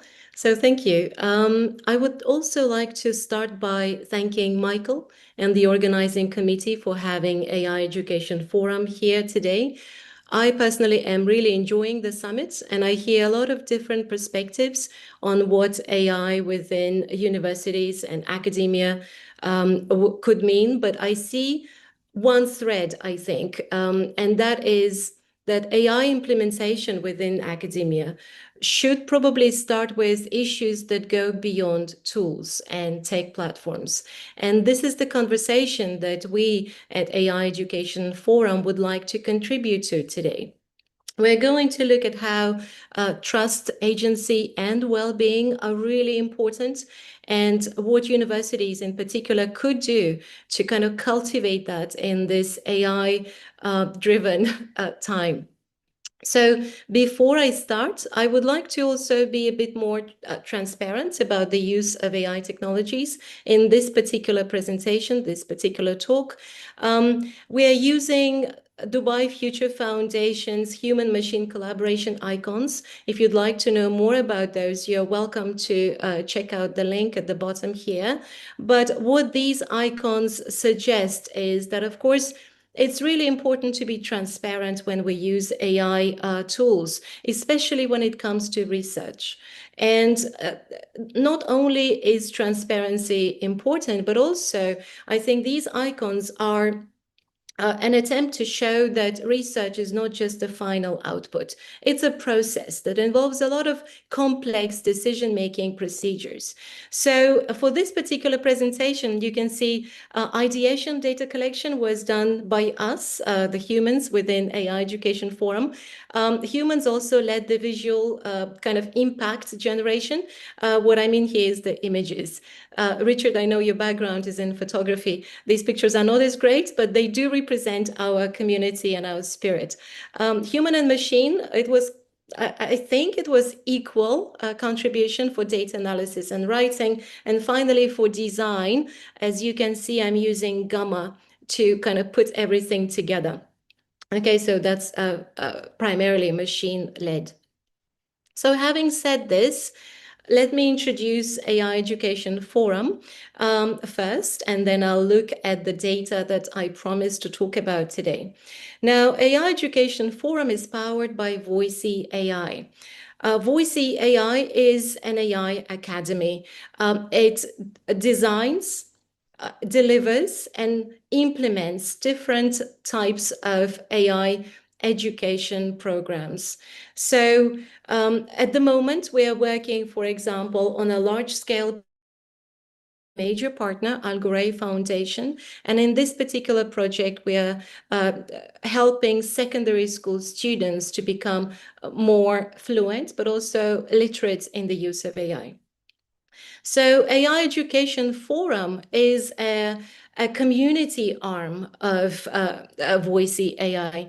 Within this forum, our primary aim is to bring diverse segments of the society together to talk about issues to do with AI education, AI in education, AI upskilling, some people call it deep skilling, but also issues that go beyond that. So what we do to kind of encourage this communal sharing is we run events. We organize pretty much monthly events. We have projects with collaborators, for example. Today's data draws on the project we did with Upgrad. It's a knowledge network where we really share all kinds of insights and stimulate true interdisciplinary conversations. We have a powerful advisory board with 60 global AI and education leaders from various sectors of industry, including academia. And I'm happy to say that today's summit is quite well represented, I think, by AI Education Forum members, including advisory board members. So our scale at the moment is we are about 3,000 plus individual members, 150 plus corporate partners, including universities. We also work with government organizations and offices. For example, we work quite a bit with AI Office. This summer, we were part of their summer camp as well. And we also are developing our kind of a collaboration with Dubai Future Foundation. So this is briefly about us. As I mentioned, we do quite a lot of events. These are just some of the pictures from these events. And this particular week started with an event for us as well. And we talked about AI and leadership in this particular event. So today's session is going to draw on some data that we collected from 2 surveys and a roundtable discussions, starting with this summer and then going on into October. And these data sources, they focused on AI upskilling in the GCC area. So we didn't really focus on academia, and we didn't particularly look at institutional culture or staff well-being. But I believe this data really gives us some basis for developing recommendations on how institutions can empower their staff. And that could be done by fostering resilience, inclusion, and professional growth. So this is the aim of today's session. I did mention that we are going to draw on the data from 2 surveys that we conducted this summer. These 2 surveys formed the basis for AI Talent Readiness chapter, and that was part of the Workforce Wishlist 2025 report by Upgrad Enterprise. So the 2 surveys were community as well as advisory board surveys.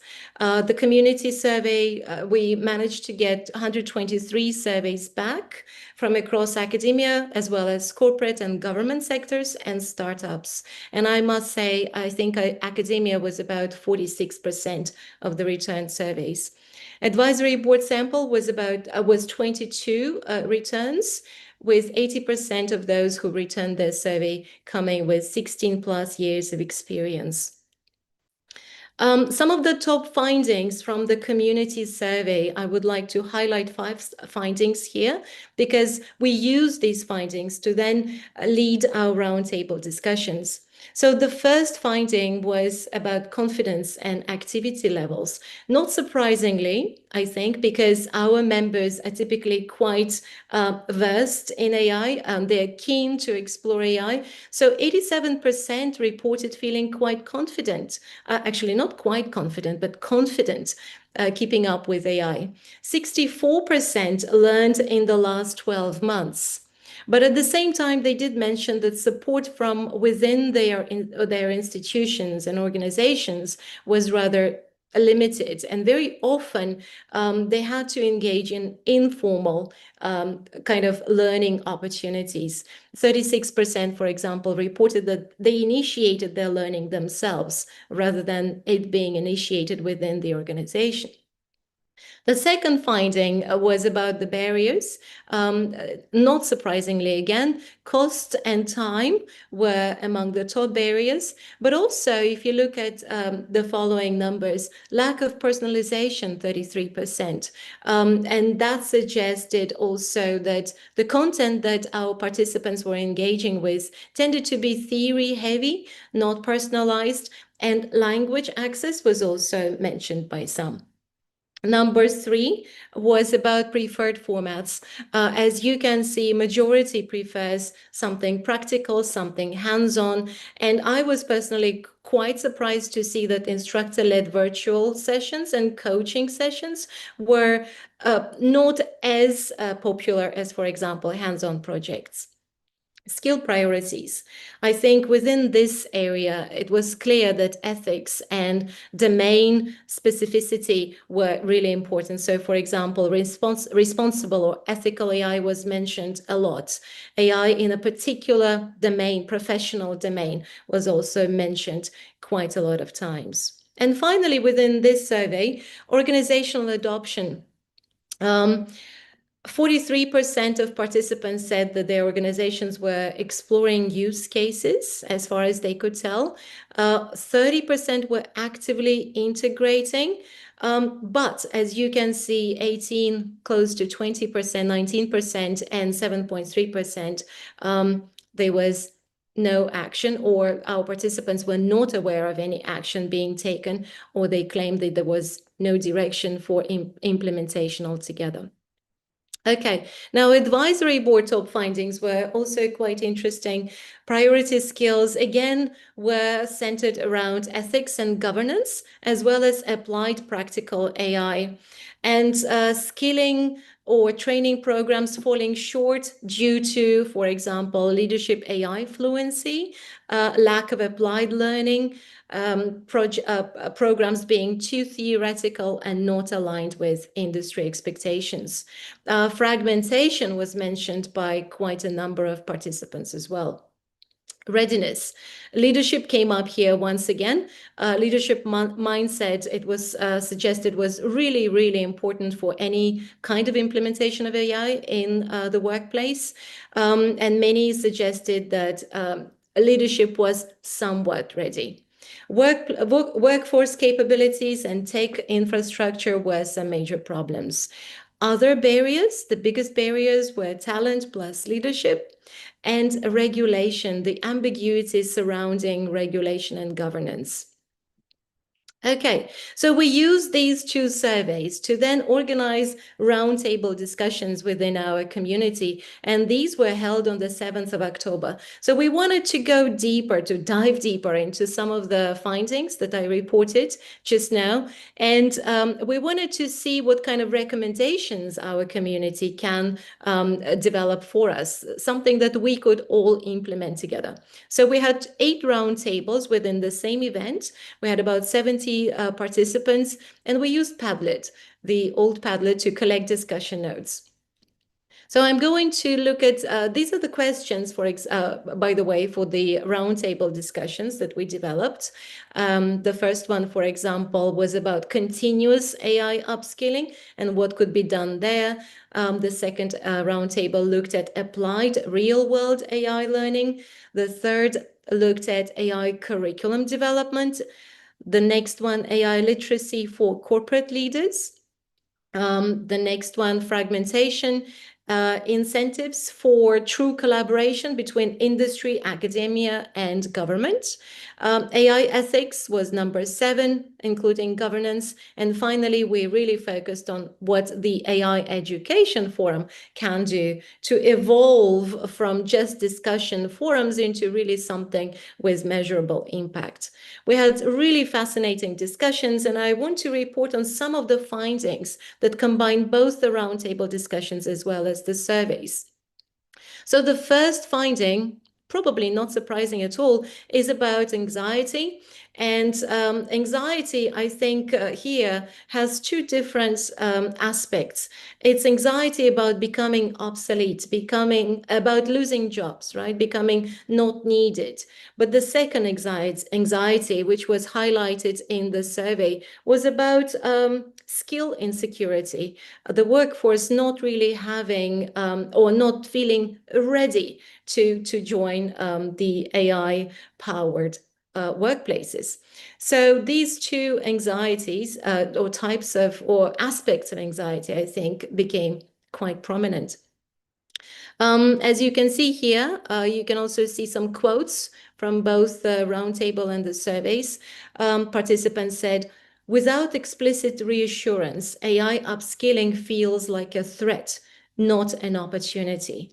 It really highlights the need to reassure staff that they're here they're not about to lose their jobs, that AI truly brings an opportunity. Be sincere about it. Job security is most essential, mentioned another participant. The next finding was about fragmented learning opportunities. So this came through both the survey and the roundtables. As you remember, one of the roundtables actually focused on this area, and they recommended developing a national, they called it tri-sector working group, that can work, or that can ensure that different sectors of the society work together. They also talked about developing accreditation systems for training programs. And some quotes here. We need accreditation and quality assurance criteria for AI training. And the next one, learners don't know where to start. And by learners, we don't mean our students, learners, any learners of AI.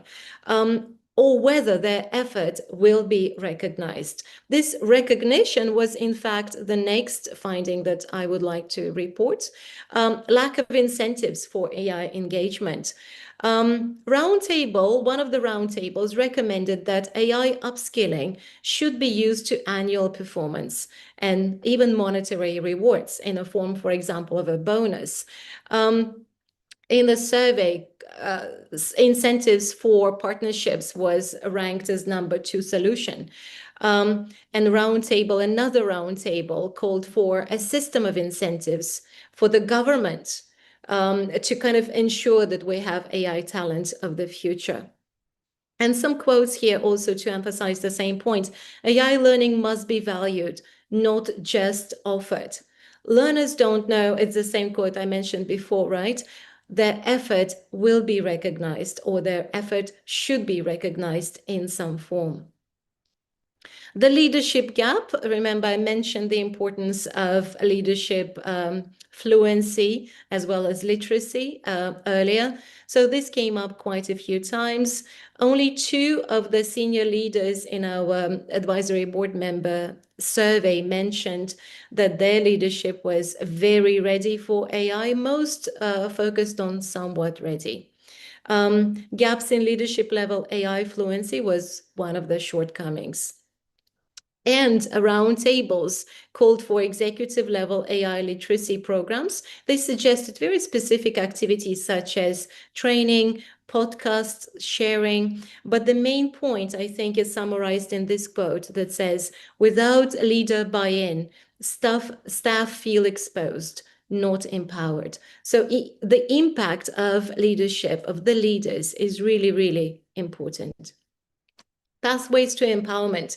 There were quite a few recommendations that we heard, especially in the roundtables. So roundtable 4, for example, looked at AI literacy for corporate leadership, and they talked about 3 dimensions: role-specific AI literacy, so not just any AI literacy, but role-specific, contextualized to a specific role within an organization; tool-specific literacy, as well as policies, governance, compliance literacy. It was suggested that AI literacy should also consider things that are relevant for non-tech roles.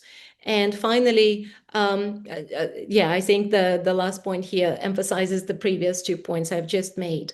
So the quote here that is really relevant is, AI literacy is not uniform. It's layered, functional, and role dependent. Okay, co-created initiatives. And I think for me, this is one of the most important areas highlighted by our participants, because it suggests that a staff agency, faculty agency is really, really important.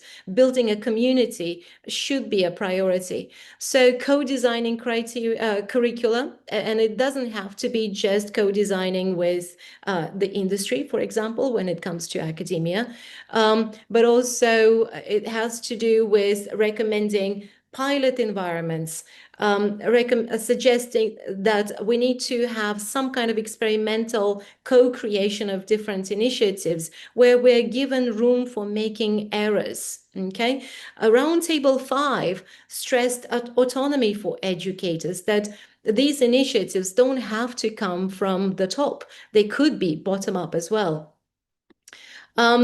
There were a lot of suggestions within the area of peer learning, creating groups where communities of practice develop around AI experimentation.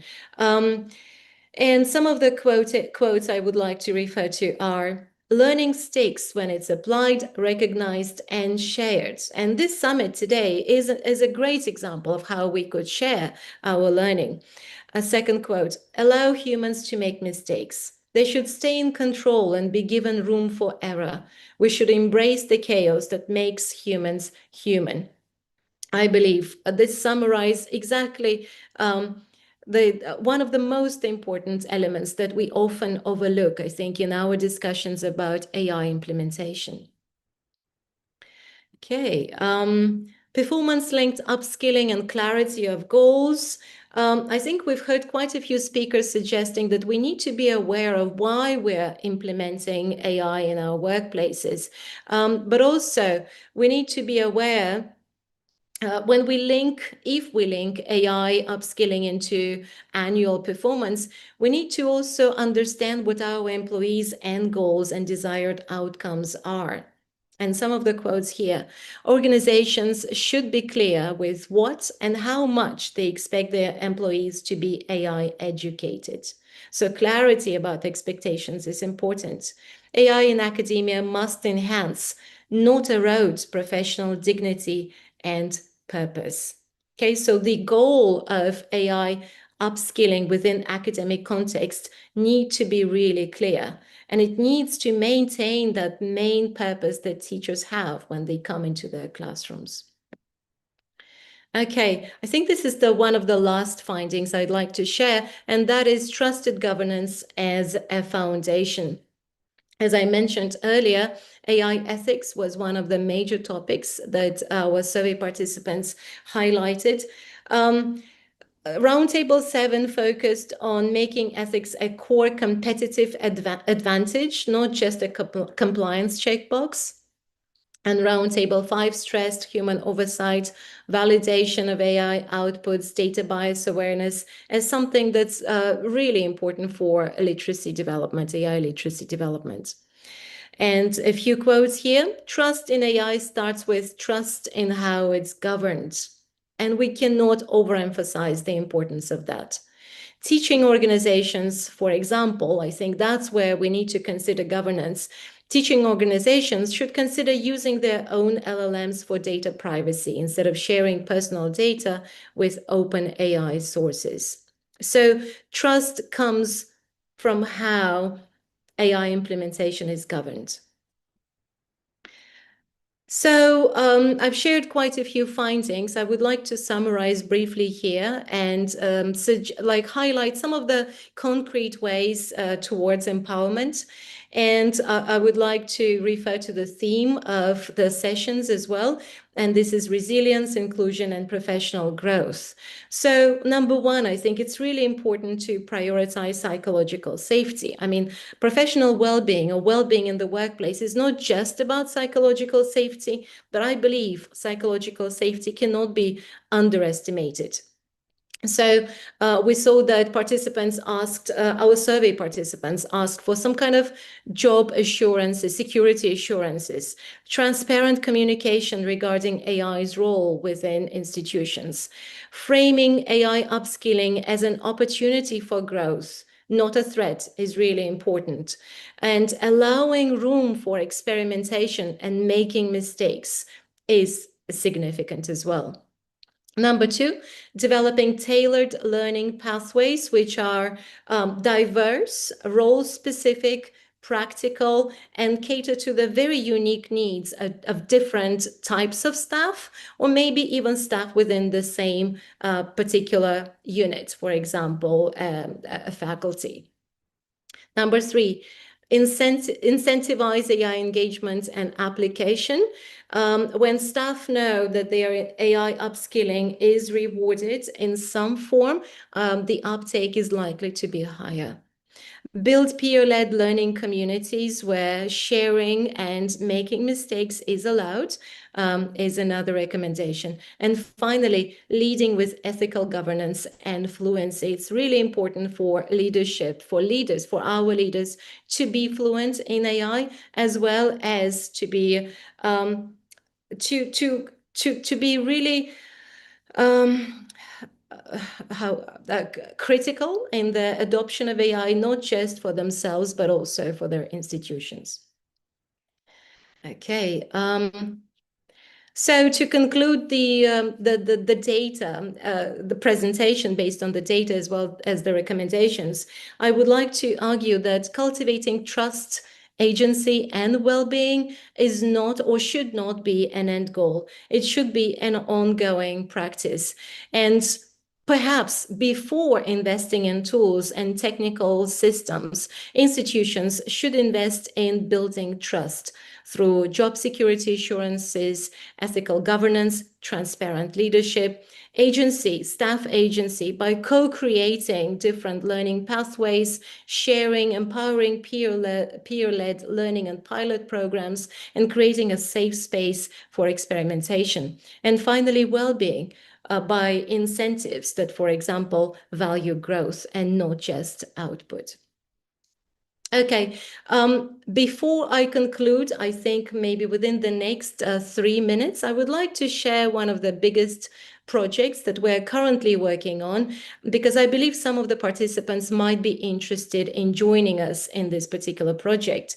So AI Education Forum and Voicey AI have been working on developing what we call UAE AI Build-a-thon 2026. We started the idea by thinking of a hackathon, and we quickly realized that hackathon has associations with more tech savvy, or not just tech savvy, but tech experts who are able to hack. So we're moving on into Build-a-thon, and we're aiming to develop a 4-week national program for different strands, different types of teams, but we're looking at cross-functional teams, which do not necessarily represent technical experts. And we are aiming to attract teams from the corporate sector, the government, K-12, as well as higher education. We are currently finalizing our partners and sponsors. We will start applications probably in January. The build phase itself will be in March and April for 3 weeks, and the finalists will be able to showcase their solutions for us in a grand finale in Dubai. Now, it's gonna work. How it works is that we're going to combine the build phase with support that will be given by both the platform providers through their technical workshops, as well as AI Education Forum-led workshops. In addition to these 2 types of workshops, we're also going to organize mentorship for the teams that are going to participate. As you can see, AI Education Forum workshops, these are just examples of the topics we're planning to cover. And we're aiming to talk about responsible AI, AI literacy in the workplace, moving on to human agency in AI age, and quite a few other areas in between. If you'd like to join us, please contact us by email at hello@ai@forum.com, or you can just check our website. Also, I have a QR code for you here. This is the QR code for AI Education Forum on LinkedIn, as well as my QR code. I will be happy to connect with the participants in today's session. I believe I finished my formal presentation. I'll be happy to answer questions if there are any.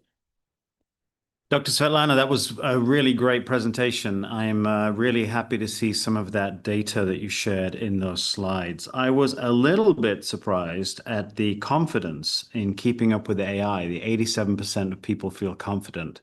I don't know when that survey actually was run, but as somebody who spent the last at least 4 years in this space, I know that every other day, it seems something has happened that seems seismic or not, but is moving the ball further down the field at a much faster pace.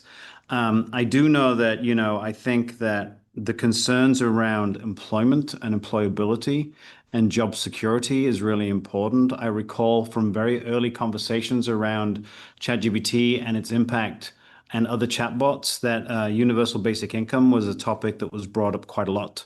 It kind of drizzled out a little bit, and I hear people talking about it again as we keep looking forward. And I know that that's something that the Sam Altmans of the world and the large members of various AI organizations are discussing, I guess, with governments. But I think that's something that is possibly in the future for some. I did hear a line quite a while back that it's not AI that will replace you, it's someone who knows how to use AI that will replace you. It seemed to be the kind of cheeky response. But I wonder, with all of that going on, and this competition that you have going on next year is great, and I look forward to being a participant, I think. I wonder, how do you feel people do address the speed of change? Oh, that's a very big question. I think it might be easier for me to start with your earlier questions or comments. You mentioned the percentage of people who were confident, right? The survey was conducted in this summer. So I think the last responses we received were August, maybe early September. So as I mentioned, it's surprising because the confidence is so high, but at the same time, if you understand the nature of our forum, AI Education Forum, you'll know that most people who come and talk to us, who join our activities, who respond to us, they are already keen. So the motivations to begin with is already there. So maybe that explains why the confidence level is so high. But honestly, I understand what you are saying when you say there's so much happening all the time. I mean, anxiety related to that is real because how do you keep up with everything? I think for me, I realized this as soon as ChatGPT came out, and then after that, we had many other tools. For example, there were quite a lot of tools for presentations, 11 labs for speech to speech, text to speech. A lot of different tools were coming up. And I was in Hong Kong at that point, and within the teaching profession that I was part of, there was a consensus that you cannot keep up with everything. You need to tell yourself that you're there to learn, you're there to kind of upskill, you develop certain proficiencies within certain tool sets and skills, but you cannot do everything. So I think that's really important to understand. And I think with the speed of how to deal with that speed, that was your main question, right? I think that's a priority. You need to really know what you need. You don't need to know about everything that's happening in the world of AI. You need to understand your priorities. If you look at teaching, what are your learning outcomes to begin with? And really keep them at the forefront of your thinking. Frame your practices around your learning outcomes, and perhaps critically evaluate your learning outcomes because those should be changing too, right? And I think today it's more than ever important to have a certain standpoint, a certain teaching philosophy, for example, right? To understand why you are in this profession and to understand where you want to go and see your students. And I think if you have those two, understanding your core beliefs, but also understanding your teaching outcomes, I think then it's easier to say, okay, I don't need to know everything. and then anxiety levels, at least in my case, that's how I coped with my anxiety. At the institutional level, I think it's also important to remember what the mission of the institution is. What is the big mission? I mean, how do we, how is this institution different from, for example, another? And then maybe their implementation strategy should refer to that, should reflect that. And Sure. again, yeah. Yeah, I So think I that's don't know really if I important. answered your question. Yeah. And I'm sorry for the complicated question. I just know we're living through a very strange time. I think it's really important to, pay attention to the government, to the nation's focus on this topic and how that cascades down to institutions, right? Because there's a North Star that we should be following. We didn't plan this, but at the beginning of your talk today, see if I can share my screen really quick. Um, you brought up the iconography that's used for declaring how things were made.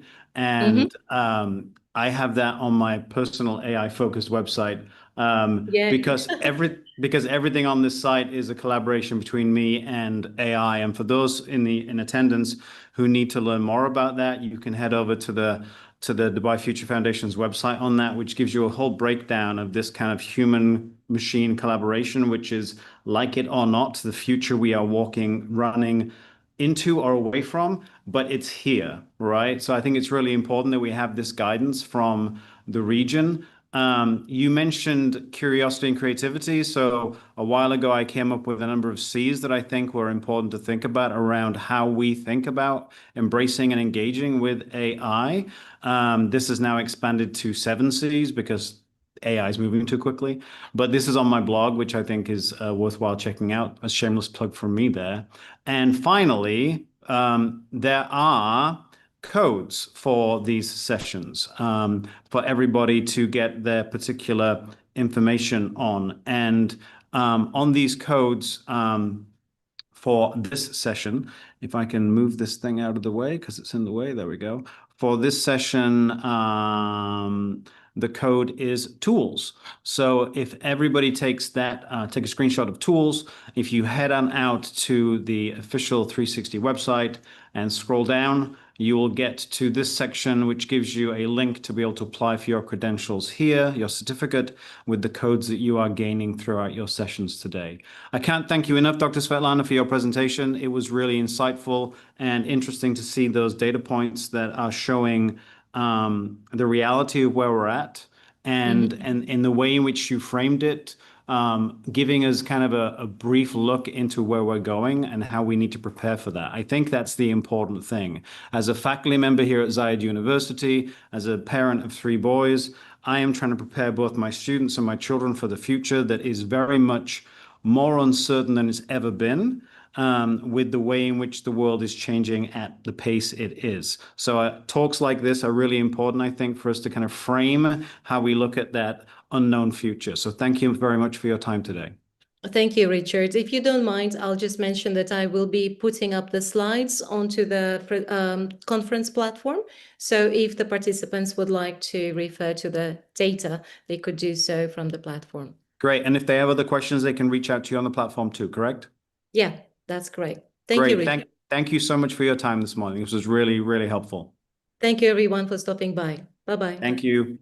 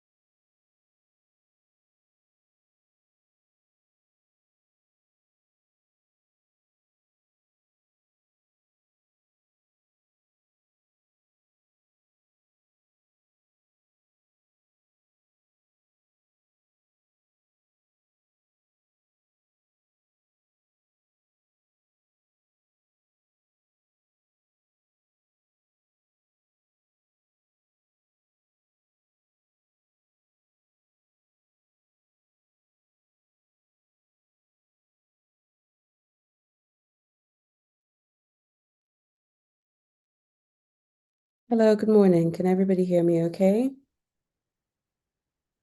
Yes, we can. Awesome. We are so excited. So, Oh, it's amazing. How many? Oh, okay, we're 13 today, which is great. Awesome. How's the morning been so far? that was great. How about yours? It's been good. It's been good. I haven't been able to log on because I'm from the UK, so I was trying to sort out everything before jumping on at 9 o'clock our Oh, time. thank you so much. Yeah, it's 9 a.m. in okay. Yeah, at 9:15. So let me Mhm. start because I know we only have. Sure, but let me just very briefly introduce you, Loratu, if Okay. that's the correct way to pronounce your name. Yes, Laura too. Laura too. Okay, excellent. So hello everyone. Welcome to our session now. I'm very pleased to introduce Laura too Osu from L20 Coaching, and she will be discussing with us from burnout to brilliance. Please keep your questions towards the end or throughout the session, but then we will take it to 5 minutes towards the end. Thank you so much. And Laura too, please feel free to start. Thank you so much. Awesome, awesome. Well, good morning or good afternoon, everybody, depending on where you are in the world, or even good evening. My name is Laura Osu, and it's such a pleasure to be in this space with you today. So I'm a positive psychology and well-being coach, as well as a well-being consultant. Let's move. Oh, it's not moving, is it? Just 1 second.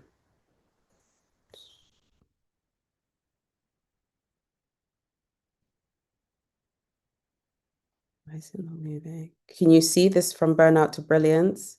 Yes, we can. Okay, let me just, I'm not sure why it's not. Okay, this is why. Oh,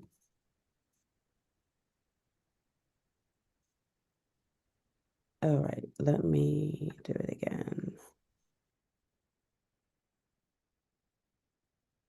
Okay. Um, so as I said before, I'm a positive psychology and well-being coach as well as a well-being consultant. My work centers around helping people reconnect with their radiance and that inner spark that can dim under stress or responsibilities at the pace that of modern day working.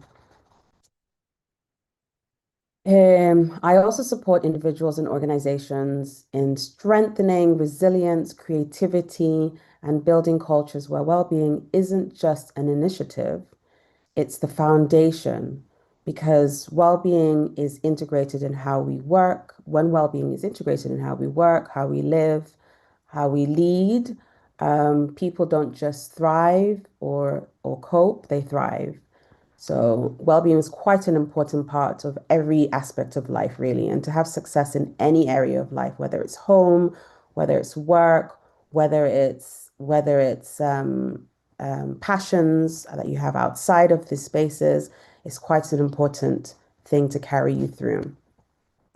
So I have a prompt here to kind of ask you a question, but because of the way that everything is set up, I really can't see anyone.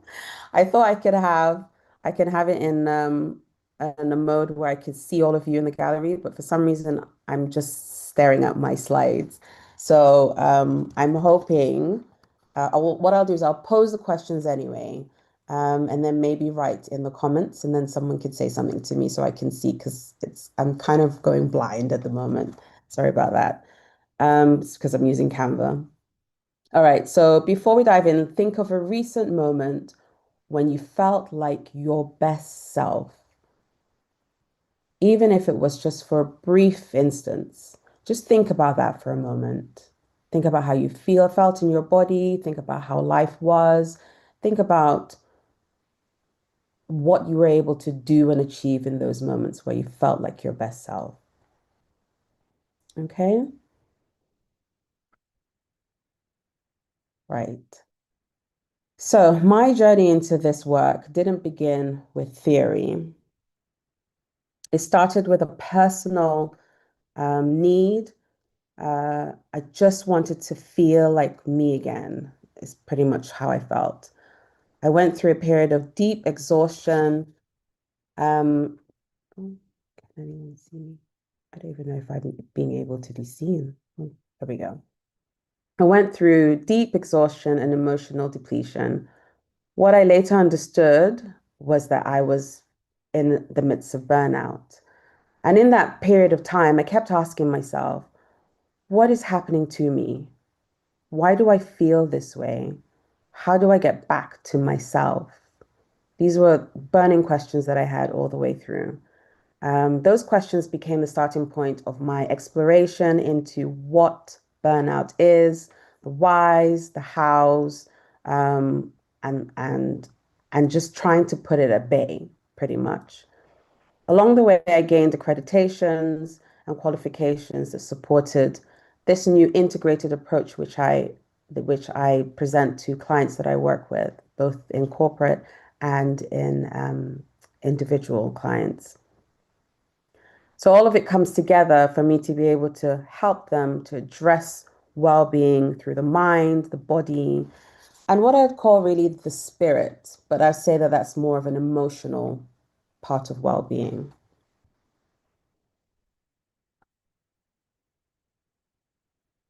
Okay.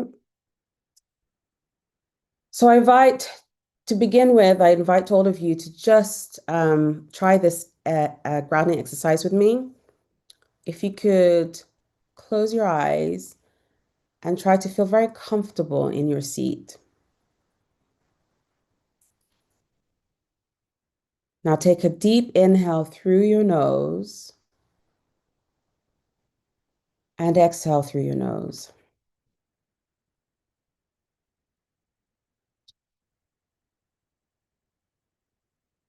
Feel your feet on the floor, pressing against it. Feel the chair supporting you. Let your shoulders drop. Loosen your jaw. Let your tongue fall away from the roof of your mouth. Let yourself arrive in the here and the now.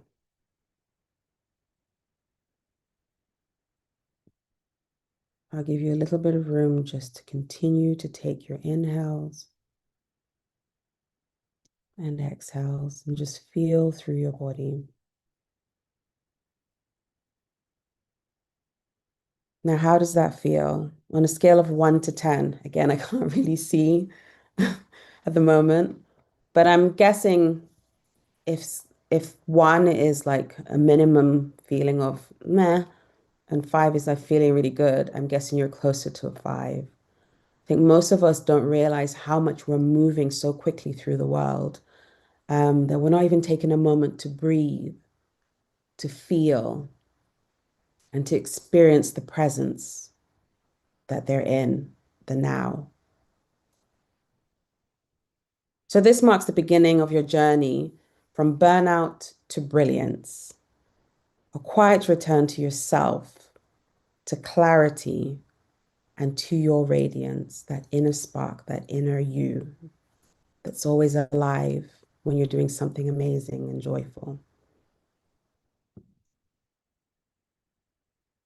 Okay, so burnout can feel like the end of brilliance, like the end of your radiance, a quiet return.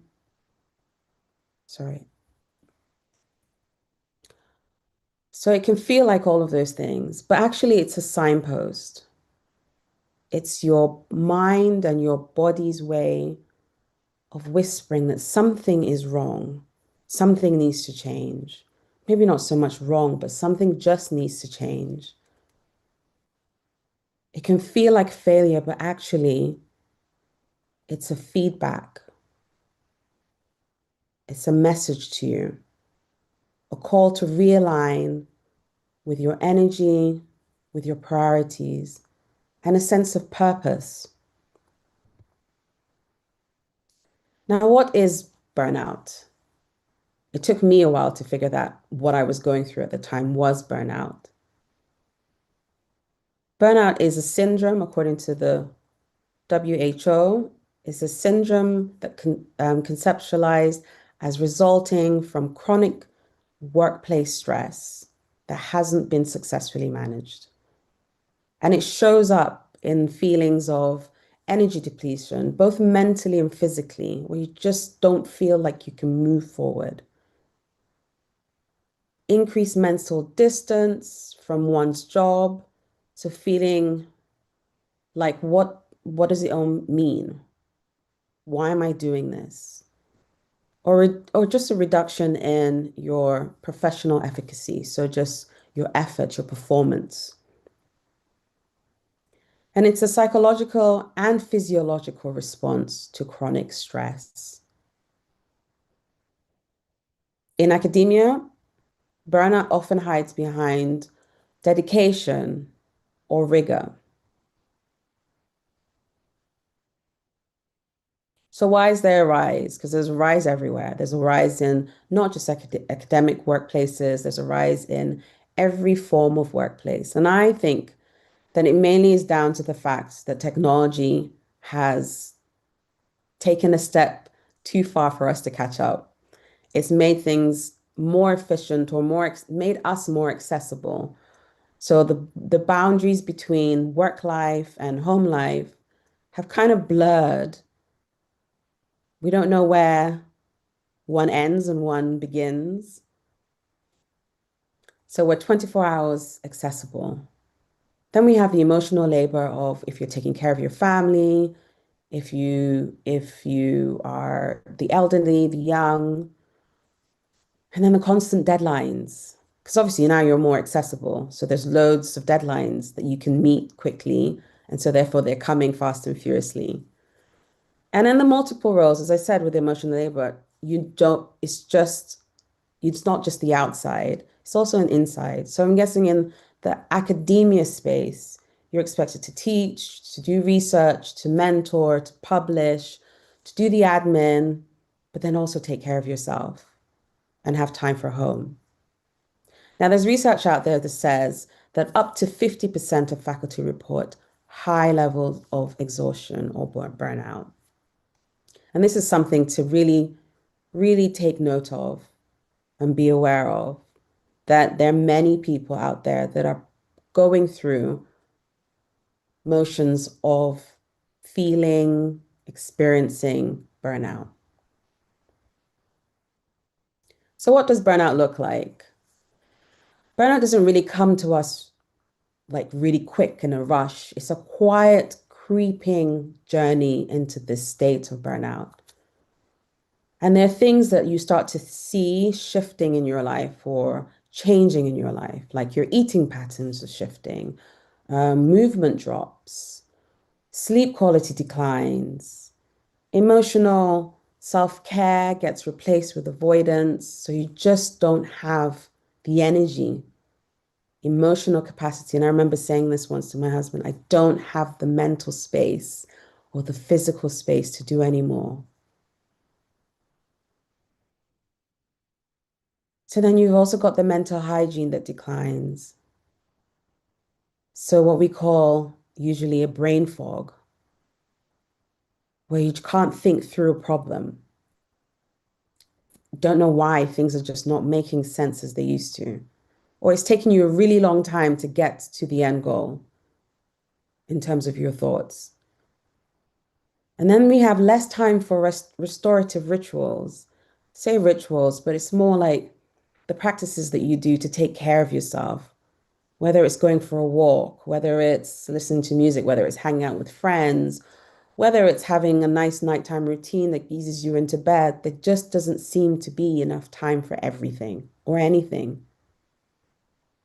And then the boundaries start to collapse because it's just easier to say yes, even though you don't have space and you don't know where you're going to fit it all in.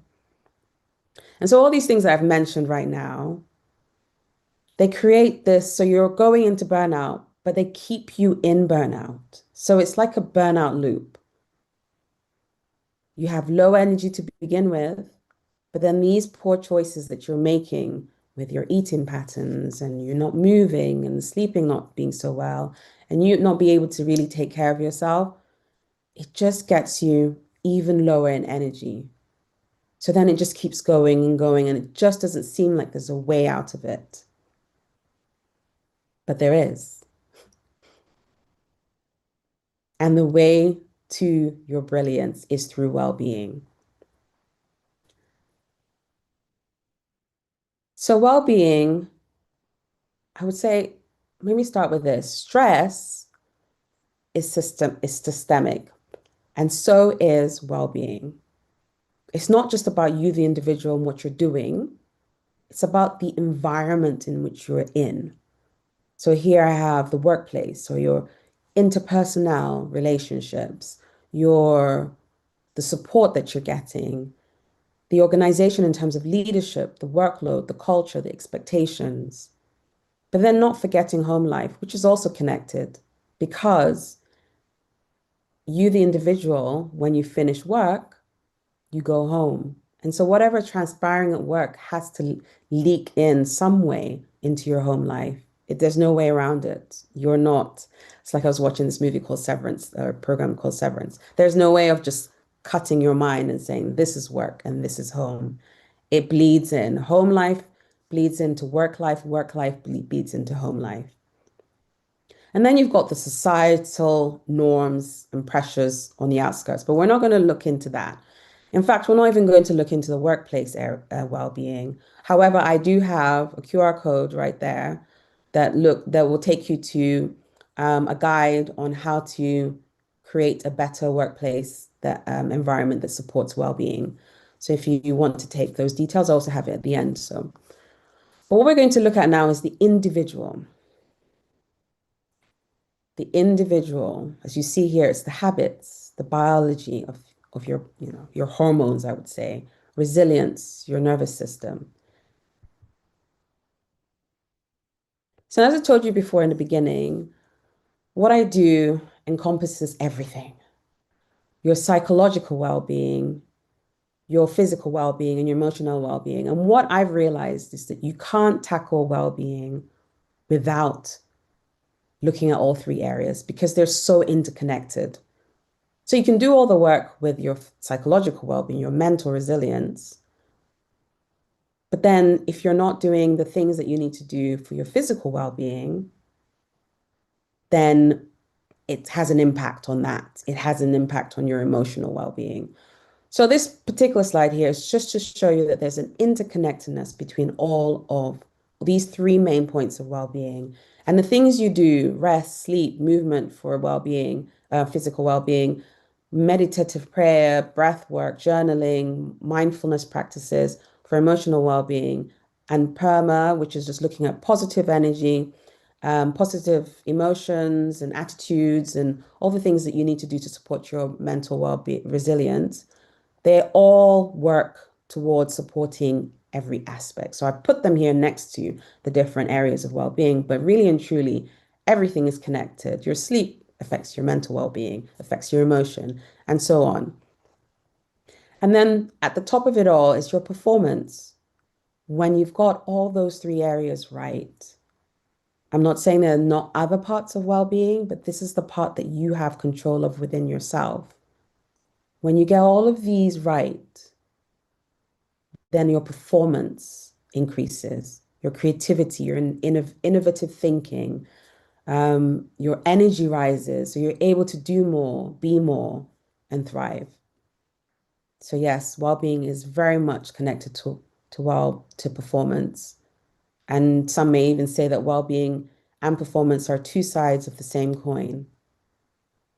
So now let's look at breaking that cycle that I showed you before with well-being. So I'd say your mental well-being is the clarity factor. Martin Seligman is one of, some people say, is the godfather of positive psychology. And he put forward a model called PERMA, which I briefly mentioned before, which looks at positive emotion, engagement, relationships, meaning, and accomplishment as the 5 pillars of thriving. So take note, positive emotions. Then you have Barbara Fredrickson. Her broaden and build theory shows that positive emotions expand our cognitive range, again, stating that there's thriving from positive emotions. And so therefore, I present to you two things you can do to help break that burnout circle from a point of view of the clarity factor, the mental well-being, which is the joy microdose, engaging in 30 to 60 seconds of activity that brings a spark of joy, listening to a favorite song, maybe watching even a movie that makes you feel all the feels that are very positive and motivating. Looking at a picture that makes you smile, thinking of the memory that comes with that picture, or stepping outside into the sunlight and grounding yourself on the grass with your feet bare. These are microbursts of dopamine that create cognitive expansion, microbursts of joy. And I can tell you this, on my journey, the joy element was a big thing. I had burning incense and candles around me that just made me feel alive. I had flowers positioned in certain parts of my house. Every time I looked at, brought in a sense of joy. I mean, I'm naming all these other things, but joy is an important one to pull you through. It turns everything off for a moment and just focuses on all the positives. And then you have 60 seconds of appreciation. Some more of a gratitude journaling kind of experience where you pause and intentionally notice what's working, what's going well for you, and being grateful for the things that have gotten you to where you are right now.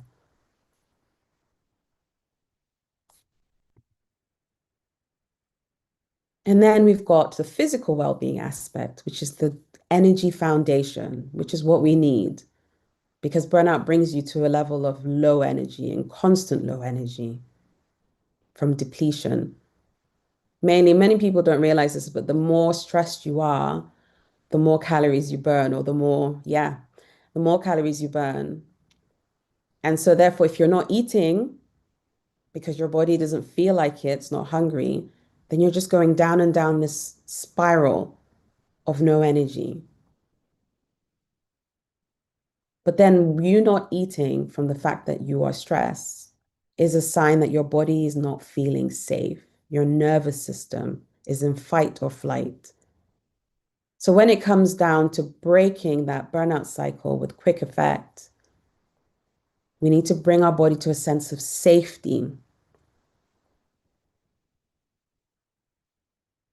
And to do that, and the quickest way to do that, and there's so much research and lots of talk out there on it, is through your breath. One of the ones I present to you today is the 4-6 breath. So inhaling for 4 seconds, exhaling for 6. This tells the nervous system that we're safe and it can do the things we need it to do to thrive, which is rest, digest, and move forward. Brilliance. Excuse me. Then we have the 2-minute movement reset. So every 90 minutes, just go out or stand from your desk and just give yourself a little bit of a wiggle or a stretch. There's lots of videos out there on what you can do, even chair yoga. You can do a little bit of that in your office. You can walk down the hallway. You can roll your shoulders around just to relieve the stress. So with the exercise that we did at the beginning, you probably realized that without even knowing, your shoulders are quite high. And then you just take a moment to relax them. And then you feel your body relax. So movement increases oxygen, dopamine, helping the body to shift from depletion to energy. And then we have emotional well-being, which is the resilience anchor. So some people think that emotional regulation is just a mental thing, but actually it's a physical thing. Stress gets stored in the body and needs movement and connection and compassion to release it. And it's something that I'm quite passionate about. I was a yoga teacher.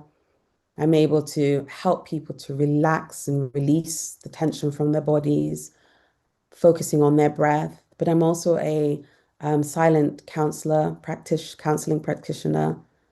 And then that's about using tap work to be able to release breath and tapping to release any blockages that's stored in your body, any emotional and emotions that haven't passed through your body but are just stored within it, because they're meant to be passing through your body, because really emotions are energy in motion.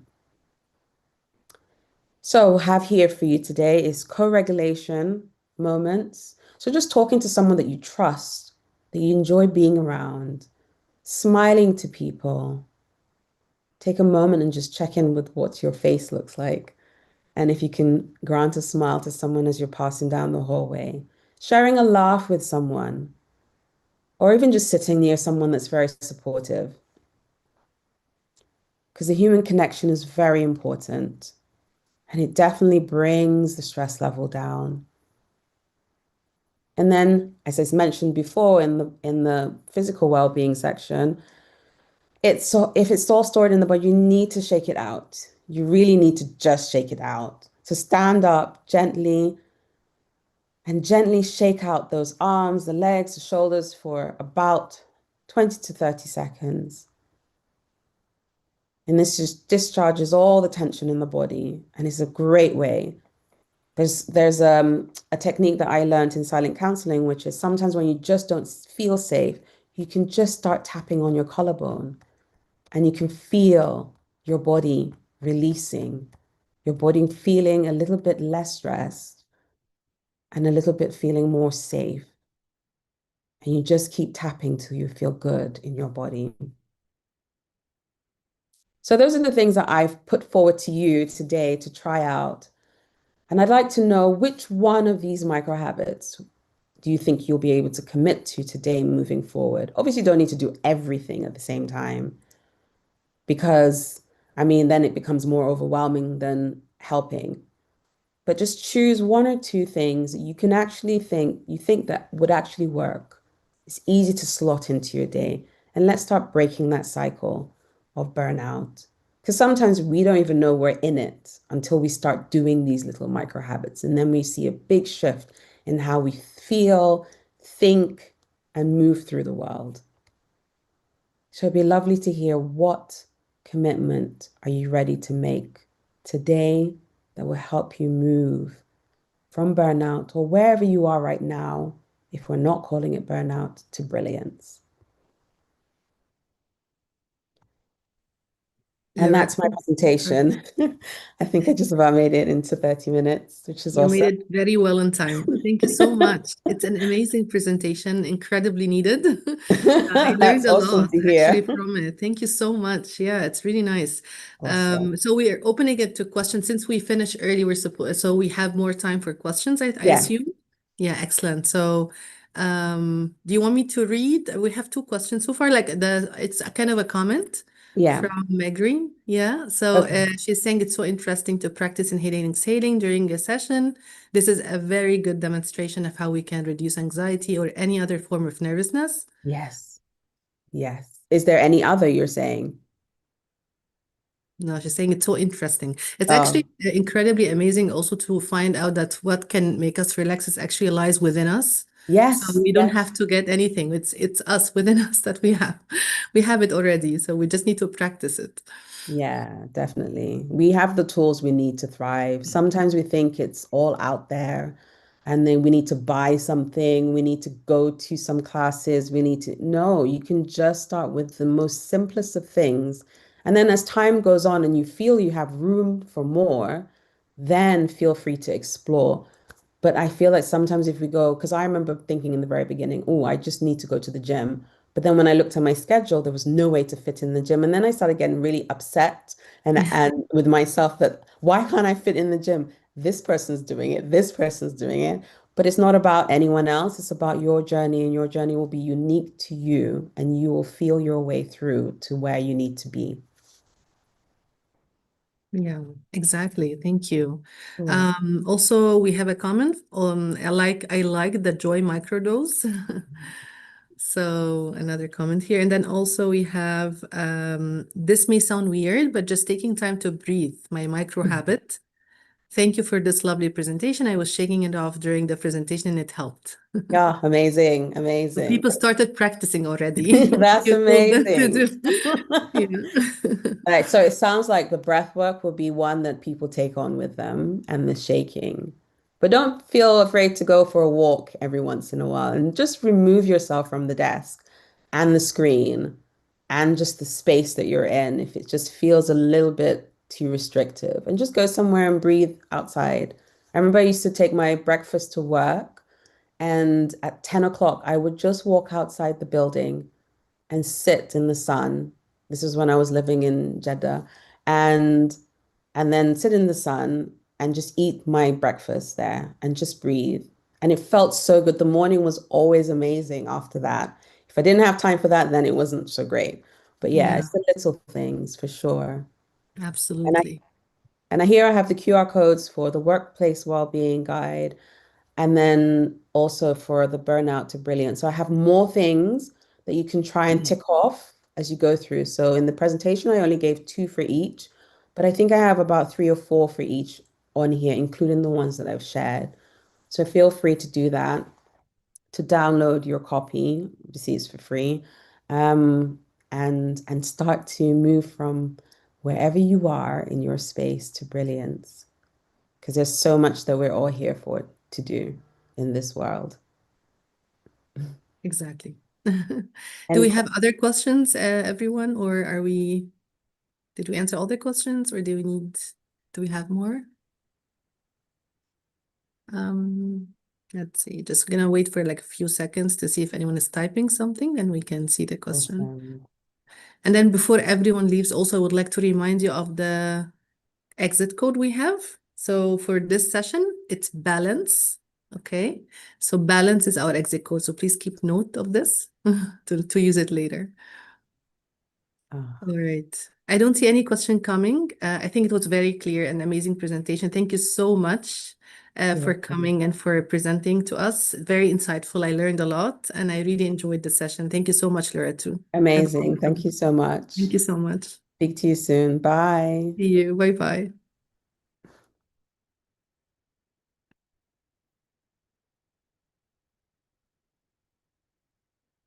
The code is balance, BALANCE, balance. Thank you.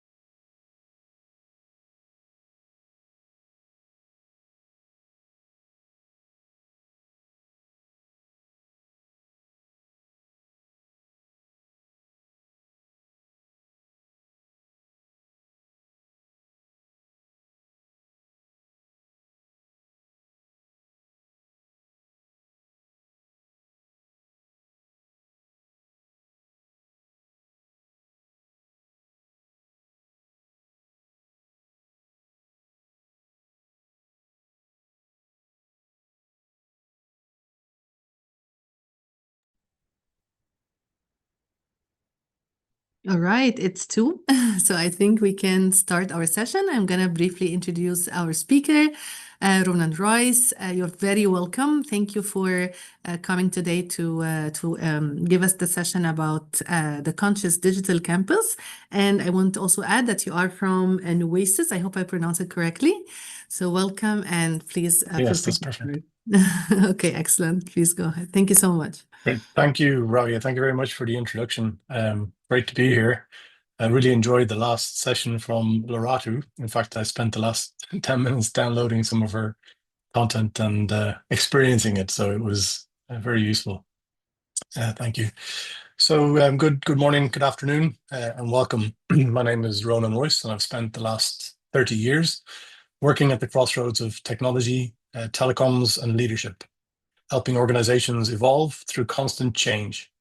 In recent years, I've worked with EY MENA, supporting their telecom media and technology strategy across the region. I've also coached and invested in emerging startups as part of an Irish Halo business angel network, helping founders grow with purpose and clarity. Across continents and industries, one truth has stayed constant. Technology only works when people remain centered, aware, and connected. That's why I'm deeply involved with Noesis. Sorry, Ronan, and just to let you Yes. know that you're not sharing your slides, you're sharing your speaker notes. Am I? Thank you. No worries. How is that the case? Let me try again. I think you're using Keynote, aren't you? I'm using Keynote, yeah. So if you just press play in window and then just share play in window and then Yeah, I'm playing window. just let me share that stop that window. again.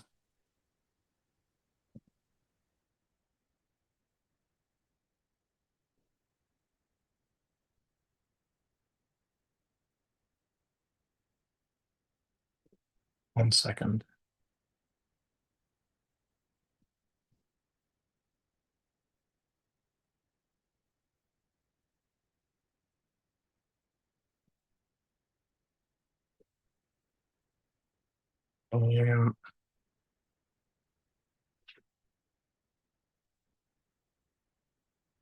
Sorry about this. No worries. There, share sound. Okay, I think this might be it. Is that better? Yep, Yeah, you're good. it worked. Okay, perfect. Thank you for that. Let me see. So, okay, what I was saying is about the fact that one truth has stayed constant despite all of the change, and it is that technology works when people remain centered, aware, and connected, and that's what we're going to get into here. And it's also why I'm deeply involved with Noesis. Noesis being a mindset designed to help individuals and organizations develop the human capacities needed to thrive in our blended realities, which we'll explore a bit shortly.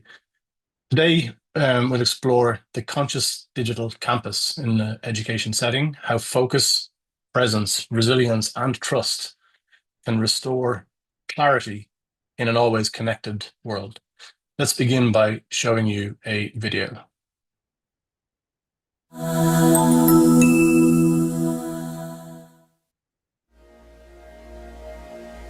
Every day we awaken in different worlds, the ones we touch and the ones we create, atoms and algorithms converging into a single rhythm of life. We no longer enter the digital realm, we inhabit it. We are entering a new dawn of being human. Our lives unfold across the human-digital continuum, where presence has no borders and our senses expand beyond skin and space. This is not science fiction. It's everyday life. The question is no longer where technology begins, but how we stay whole as it surrounds us. Across the world, belief becomes the new battlefield. We face illusions so convincing. They steal more than money. They steal certainty. The breach isn't in the network. It's in our perception. But within every challenge lies the chance to rediscover what anchors us. Noesis is that rediscovery, a framework for clarity, integrity, and strength in a blended world. Focus, to see through the noise. Presence, to stand in truth across realities, resilience, to rise when the ground shifts, trust, to build what no machine can imitate, belonging. Because the future isn't virtual or physical, it's both and everything in between, intertwined. And in that fusion, our greatest advantage is not speed or data, it's clarity. Noesis, where humanity leads forward across every reality.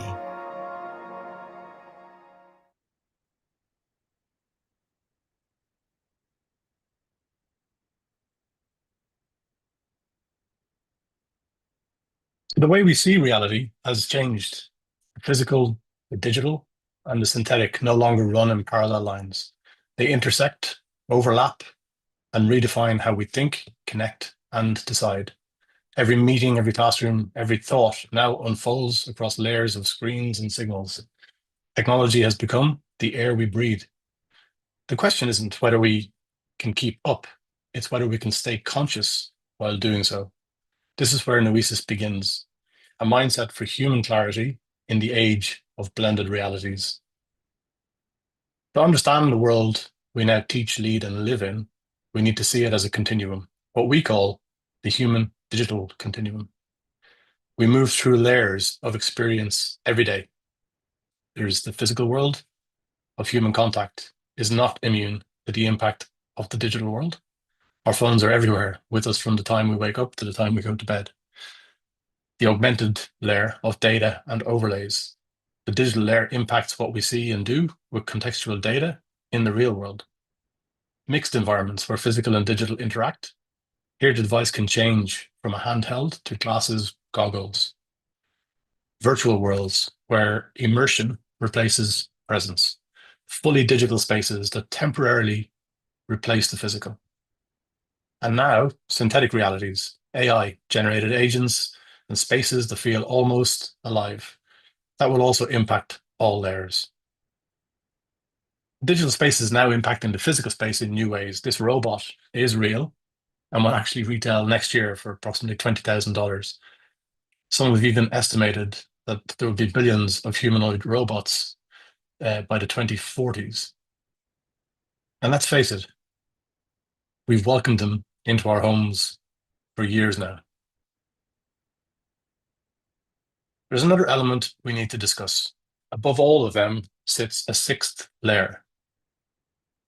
That is the metacognitive reality, where awareness becomes the act of navigating between the worlds, seeing the system for what it is, rather than being inside it passively. This means becoming aware of how these realities impact us on a personal and a very human level. This is the environment of modern learning and work. A project meeting can be half in a room, half in a headset. A lecture can happen simultaneously on campus and in the cloud. Relationships are now sustained through avatars, chat windows, and voice models. Let me share a short story. In early 2024, a senior employee of the global engineering firm Arup joined a video call with familiar colleagues. The CEO was there, so were other executives. The voices were right, the gestures were right, everything looked real. But it wasn't. The entire meeting had been fabricated using deepfake video and AI cloned voices of senior Arup executives, including their CFO, Chief Financial Officer. Scammers recreated a realistic online conference with familiar faces, natural gestures, authentic conversation. During the call, the employee was instructed to make a series of urgent fund transfers amounting to $25 million to what appeared to be an internal company account. In reality, the funds were sent to multiple external accounts controlled by fraudsters. By the time the deception was uncovered, the money had moved way beyond reach, showing how convincingly AI can imitate authority and trust in digital environments. No systems were hacked, no passwords were stolen. What was breached was perception. When we can no longer rely on sight and sound, the last line of defense is us, our focus, our presence, and our judgment. We need to cultivate the clarity that technology alone can't provide. Because what's at stake isn't just security, it's actually human coherence. You see, it's not so much about the money, but the way it was done. The Arab deepfake scam shows that even well-resourced firms are vulnerable when trust and behavior are exploited, revealing that AI tools like deepfake audio and video can bypass technical controls and expose weaknesses in human verification and governance processes. And with AI, that's all becoming easier to do. The story of Arup is not an isolated event.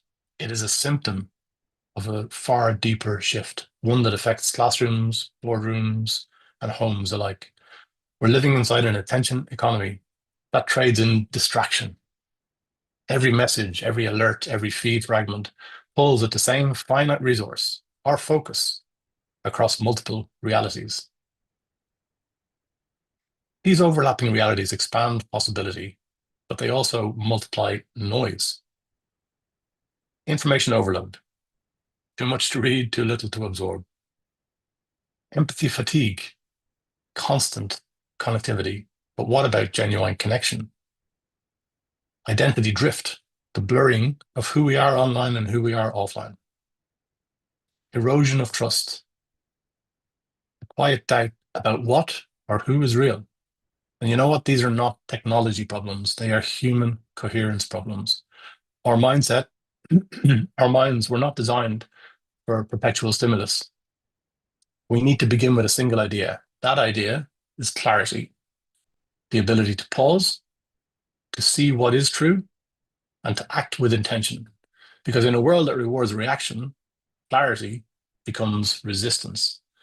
The challenge for every educator and every organization is no longer digital adoption, it's digital coherence, keeping our perception, judgment, and humanity intact.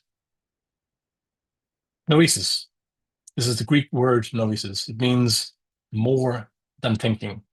Plato described it as the highest form of knowing, the mind's direct grasp of truth, beyond shadows and opinion. Aristotle saw it as pure insight, the spark of perception that cuts through illusion and reveals essence. Today, illusion wears a different face. Deepfakes, algorithms, and endless streams of information designed to persuade rather than inform. We need a mindset for human enlightenment in the age of blended realities. Our current understanding of what digital and AI literacy means today is insufficient because the challenge of our time is not learning new tools, it's staying human while using them. We need to enable people to think, feel, and act with wisdom across the human digital continuum. Digital and AI literacy needs to be redefined with human clarity at its core. Literacy is not just about how fast we learn the new system, but we also need to integrate how clearly we see ourselves within it. Because when perception meets purpose, humanity moves forward, not faster, wiser. And so what we have built at Noesis is a 4-capacity framework. It's the bridge from philosophy to practice, showing how clarity becomes action in both academic and corporate life. The framework does not sit in isolation. Noesis aligns directly with global guidance from UNESCO, the OECD, and the European Commission. UNESCO calls for a critical, confident use of technology. Noesis adds the human depth, focus, presence, resilience, and trust.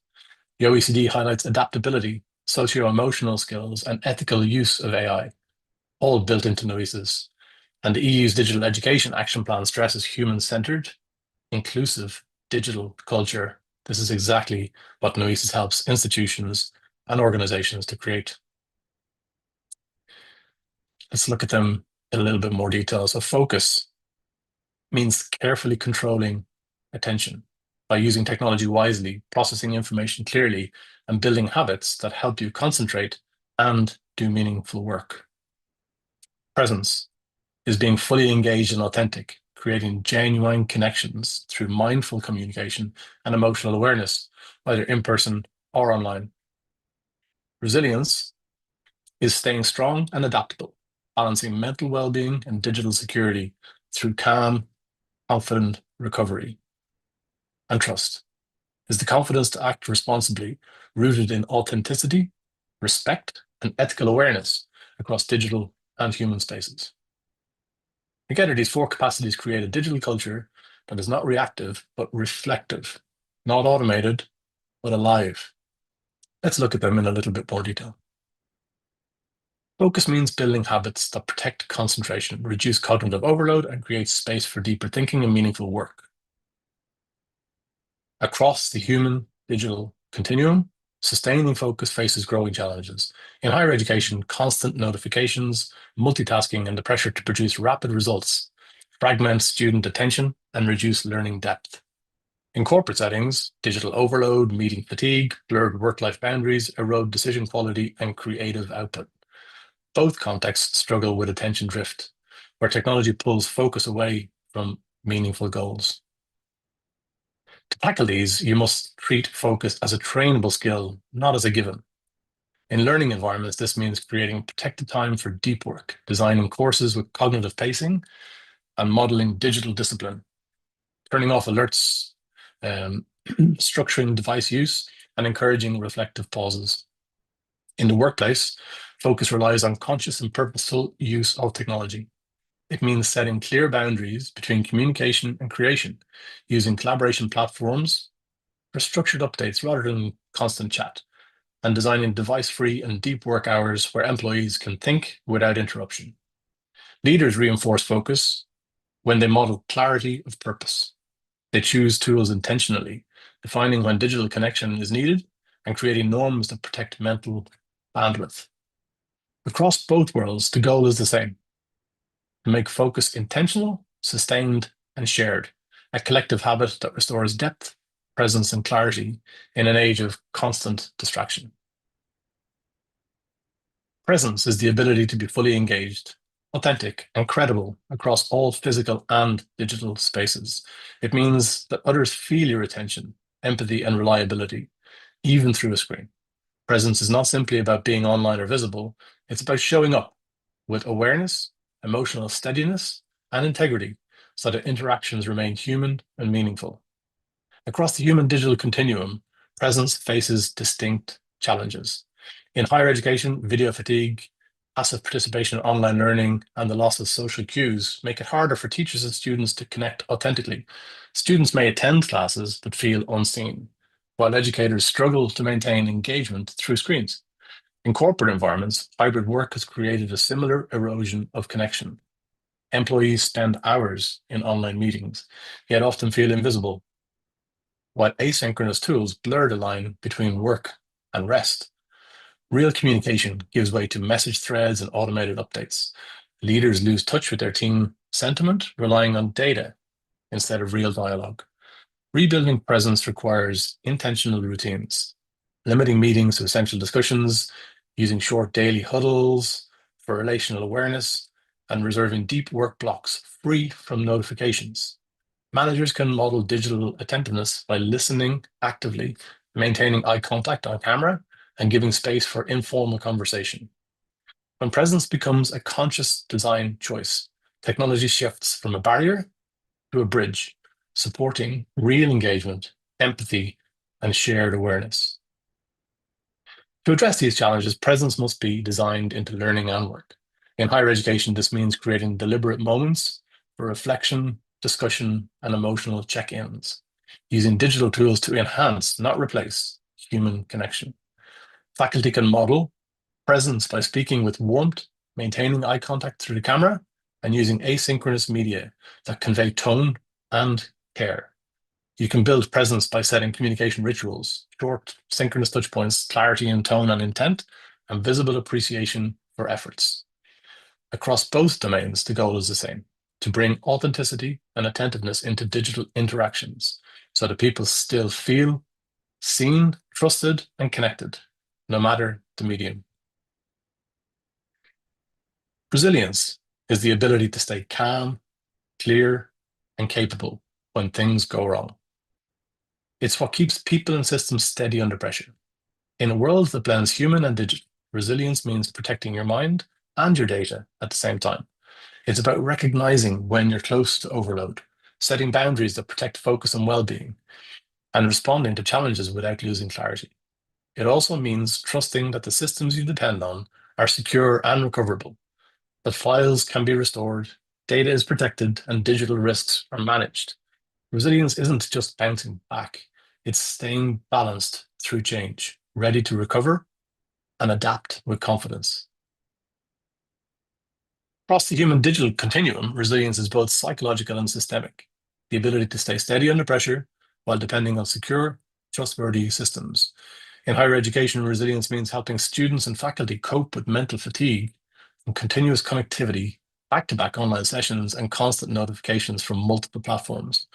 It includes setting boundaries for screen time, embedding digital well-being in courses, and ensuring that systems like learning platforms and assessment tools remain stable and transparent. Pardon me. When technical issues or data breaches occur, clear communication and quick recovery protect confidence. In corporate life, resilience blends emotional steadiness with digital security. Similarly, employees often face pressure from performance tracking systems that monitor emails, meeting participation, and productivity. While these tools aim to improve efficiency, they can also heighten stress and reduce trust if used without transparency or clarity. True resilience requires balance, clear communication about how data is used, autonomy in how employees manage their work, and systems that support rather than survey. Combined with strong cybersecurity and recovery planning, this creates workplaces where people can perform with confidence even under strain. Building resilience requires a dual focus, supporting people and securing systems. This means embedding digital well-being in curricula and work practices, promoting healthy online rhythms, modeling emotional balance under pressure, and training staff to recognize early signs of fatigue. It also means ensuring platform reliability, strong privacy policies, and clear data recovery protocols. Across both worlds, resilience is not just endurance, it is the practiced ability to reset. By aligning psychological stability with systemic security, institutions and individuals can remain calm, credible, and capable in an unpredictable digital age. Trust is the confidence to engage and act responsibly across digital and human spaces. It rests on two foundations: self-awareness and respect for others' rights. Trust means presenting yourself authentically, keeping commitments, and understanding how credibility and fairness operate in both human and algorithmic systems. It's built through consistency, clarity, and transparency, qualities that must hold true whether interactions happen in person, online, or through AI-mediated environments. Trust faces serious challenges across the human digital continuum. In higher education, misinformation, AI-generated content, and opaque grading systems make it difficult to know who actually created the work, whether assessments are fair, and how academic integrity is maintained. Students are unsure whether their personal data is protected and often wonder if AI tools are meant to enhance their learning or replace it. Faculty, in turn, must rebuild confidence in authentic student work and in the ethical assessment process. In corporate settings, trust is often strained by digital surveillance, algorithmic bias, data misuse, and inadequate transparency in communication. Employees are asked to share data but rarely see how it is used. Clients and partners, meanwhile, expect security and honesty from systems they cannot see. Addressing these challenges requires both design and culture. In higher education, trust can be rebuilt by making AI use transparent, clarifying data policies, and embedding digital ethics into teaching. Teachers can model credibility by openly discussing AI limits, using authentic assessment, and maintaining consistency between stated values and digital practice. In corporate contexts, leaders can build trust through clear data governance, responsible AI adoption, and regular dialogue that explains how technology decisions are made. This can include ensuring employees understand what data is collected and why, publishing clear guidelines on how AI systems make decisions, and holding open forums or updates to discuss the impact of technological changes. Across both domains, trust must be earned continuously. It grows when technology aligns with integrity, when institutions communicate openly about risks, and when individuals act with respect and accountability. In blended realities, trust is the bridge connecting people, systems, and values so that collaboration remains grounded in confidence and shared purpose. This is the future we call the conscious digital campus. It's not a place, it's a culture. one where every digital interaction begins with awareness and ends with connection. When focus protects attention, presence humanizes communication, resilience sustains energy, and trust anchors integrity, we create learning and working environments where technology amplifies our humanity instead of eroding it. This is what we mean by conscious. This is what we mean by conscious. Awareness designed into systems, reflection built into routines, digital life that supports the mind, not consumes it. For universities, this means courses that teach clarity as a lifelong skill, not just content mastery. For businesses, it means leadership that measures success, not only by output, but by coherence, well-being, and trust. Noesis offers a shared language for both worlds, education and enterprise, to thrive within the human-digital continuum. And this is because the next revolution isn't artificial intelligence, it's conscious intelligence, our capacity to remain fully human while surrounded by machines. So as we close, let's just remember what this session has really been about. Not technology, not productivity, but awareness. The ability to notice, to choose, and to act with wisdom inside complexity. Noesis is not a product to adopt, it is a mindset to inhabit. In every class we teach, every meeting we lead, every message we send, we make small choices to be distractive or attentive, reactive or reflective, mechanical or human. When we choose clarity, we restore coherence. When we model focus, presence, resilience, and trust, we shape cultures that think and feel more clearly. The Conscious Digital Campus is built one decision at a time by educators, leaders, and learners who understand that clarity is not luxury, but legacy. So as you return to your classrooms, teams, or companies, ask yourself, what reality am I feeding? Noise or understanding? Because the future doesn't just depend on smarter systems, it depends on wiser humans. Thank you for your time. Hopefully that was helpful. And please visit us at mynoesis.io, or I'm contactable at any time on ronan@mynoesis.io. Thank you very much. It was an excellent presentation, Ronan. Thank you so much for all the information and Thank you. ideas. Very insightful. I really enjoyed it, and I'm just taking questions now. But so far I don't see questions. Let's just wait for a couple of more seconds and see if we'll get questions. No problem. And if not, we Maybe it was can. all just super clear. It was actually yes, in alignment with the main message of the. I've got a question, Ronan, for Hi, you. Michael. Hello, how are you? Good, thank you. What can people do, like practically? Can they reach out to you about this? And if people want to find out more about this, is this, do you do programs with companies and organizations like ours? Absolutely. That's exactly what we do, Michael. So we do programs with education and corporate. This is really about taking people on a learning journey to help them with the skills and the culture I described. So fundamentally, part of the problem that we are trying to resolve is to empower people in these blended realities. So people who have found themselves in a digital world or any of the worlds that I described earlier without basic skills that maybe we have inherited over time in the physical world, how to apply these skills to help you to thrive and survive in these blended realities. And the idea being similar to the Arup example earlier is that companies are being breached because people are doing something they shouldn't, or are not doing something they should.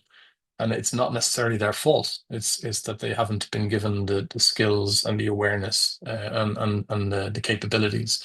So Noesis brings that to organizations and faculty as a learning program. Yeah. Yeah, because We would love to hear from people. Yes, absolutely. So if anybody's interested in exploring more. yeah, because we have cybersecurity programs here, and it kind of what you just described kind of look kind of blends into that a little bit as well with cybersecurity, but then it's kind of got more of a like a human aspect to it, I think, Yeah, than there's actually quite a distinct difference, Michael, in terms of how we are trying to solve the problem. There's many people out there who provide cybersecurity awareness training, and we've all sat through the training where we've been shown what a phishing email looks like, and we've been told not to click it. The reality is that learning is not very effective. In fact, there's generally a spike in terms of the number of people who click on the link after they've been informed about it.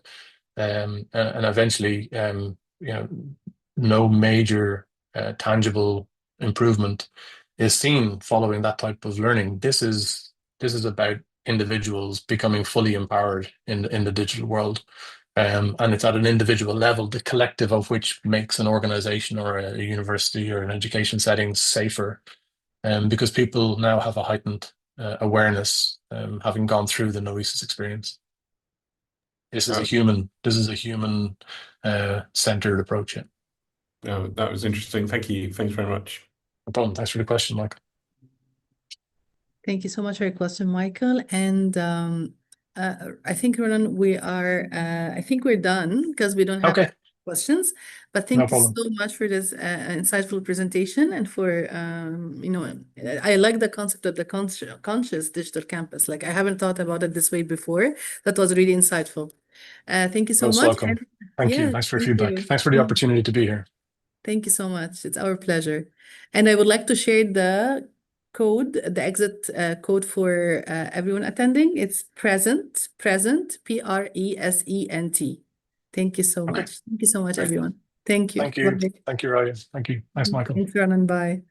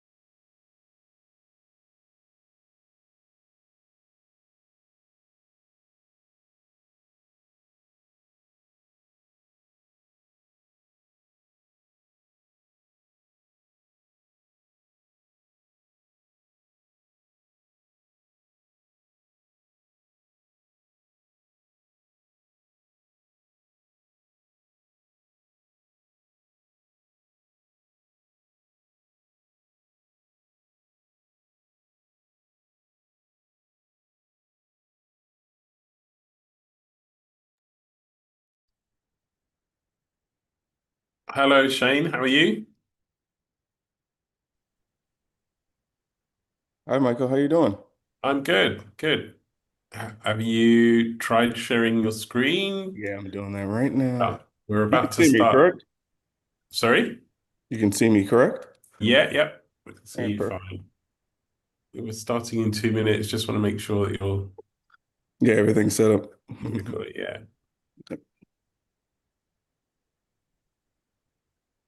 Great. That's great. Looks great. So we'll start at 2:45 our time on the dot, because Sounds good. that's when the app will open up. Okay. Sounds good. All Hi, right. I'll Nicolina. leave you Hi, to it, Ashley. guys, because I need to prepare for the panel. Take No, care. not a problem. All right. Thanks a Thank lot. you. Bye-bye. Bye now. Hi, hello Shane, how are you? Doing well. How about yourself? See you. Good to see Fine, you as doing well. great, thank you. What's the time there? 5:45 Oh God, a.m. Yeah. thank you for being able to join. And this is Well, our Aisha that I know you've been speaking to yes. Pleasure to online, meet you. emails, Nice to meet you, Shane. managing us all in the background and doing all Exactly. the We legwork. appreciate you. Thank you, Aisha. Thank you for being with us, Shane. Thank you for having me. Just a quick question. I know we're starting in another minute, but obviously you just see the screen now. You can't see my camera view. Well, can you see my camera view as well? Yes. No? Okay. All right. Yeah, we can see you in the camera. Is that what you mean? Yeah. Okay, Yeah. perfect. Yeah, All right. yeah. Awesome. I don't see the screen displaying on my end, but So what do you see? You don't see your slides?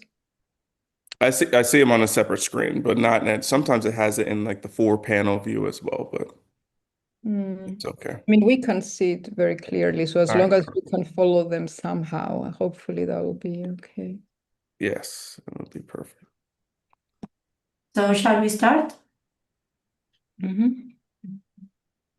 Hello, everyone, and thank you for joining. Please join me to welcome Dr. Shane Johnson from Johnson Global and Consulting Strategy Group, who's leading a session on clarity, culture, and care, designing cultures of trust and well-being. We're pleased to have him join us and look forward to an insightful exchange of ideas. Dr. Shane, the floor is yours. Thank you for the introductions and greetings to the Faculty 360 community. I hope you're enjoying this summit so far. From all the reflections and things that I've heard, it's going well. So thank you to the CEI team as well. So my name is Shane Johnson. I'm joining you from South Florida, Miami more specifically. I'm a short flight away from Jamaica and a short drive away from Orlando, Disney World.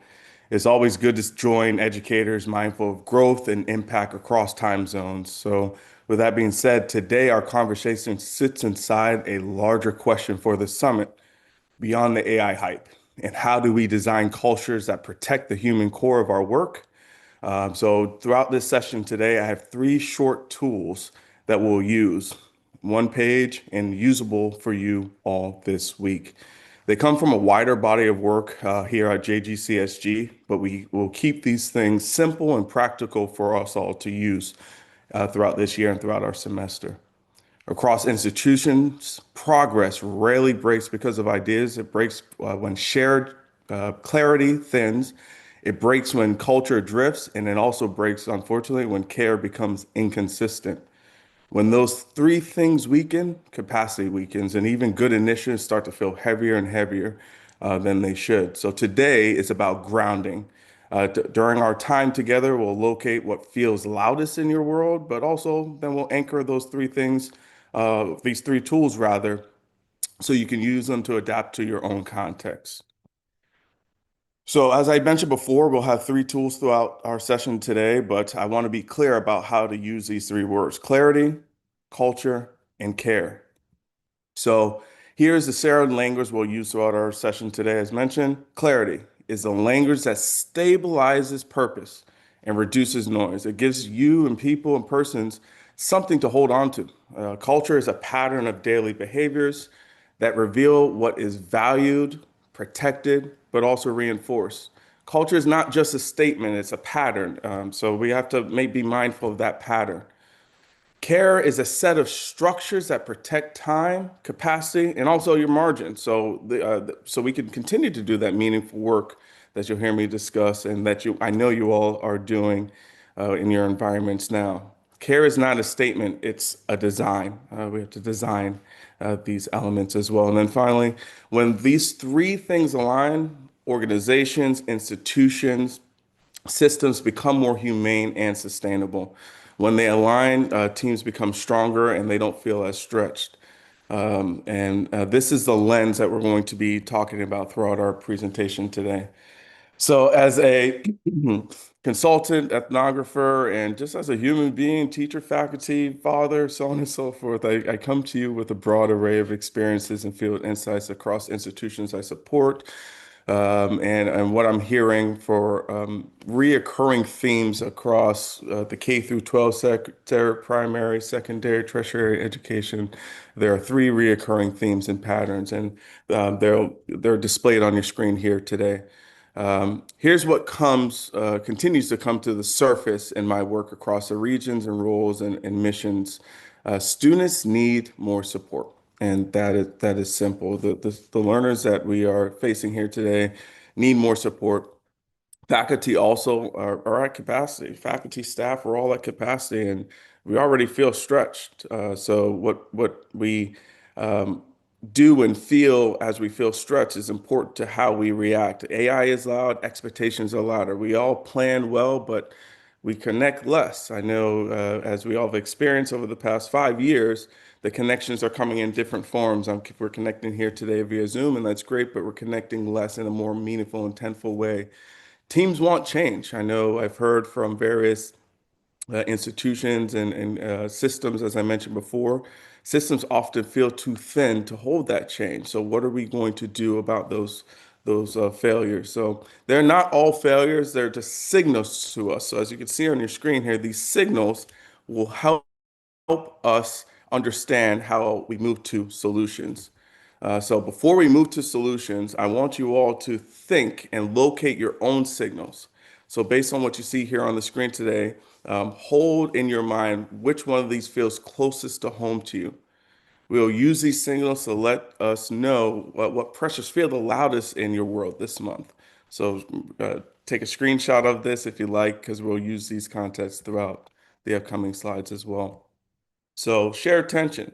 I want us all to surface what feels loudest for you right now. So I really want you to think about that and put that in the Q&A chat here if you can. What feels loudest for you right now? All right, so look at these 5 pressures on the slide. As I mentioned, which one feels loudest this month?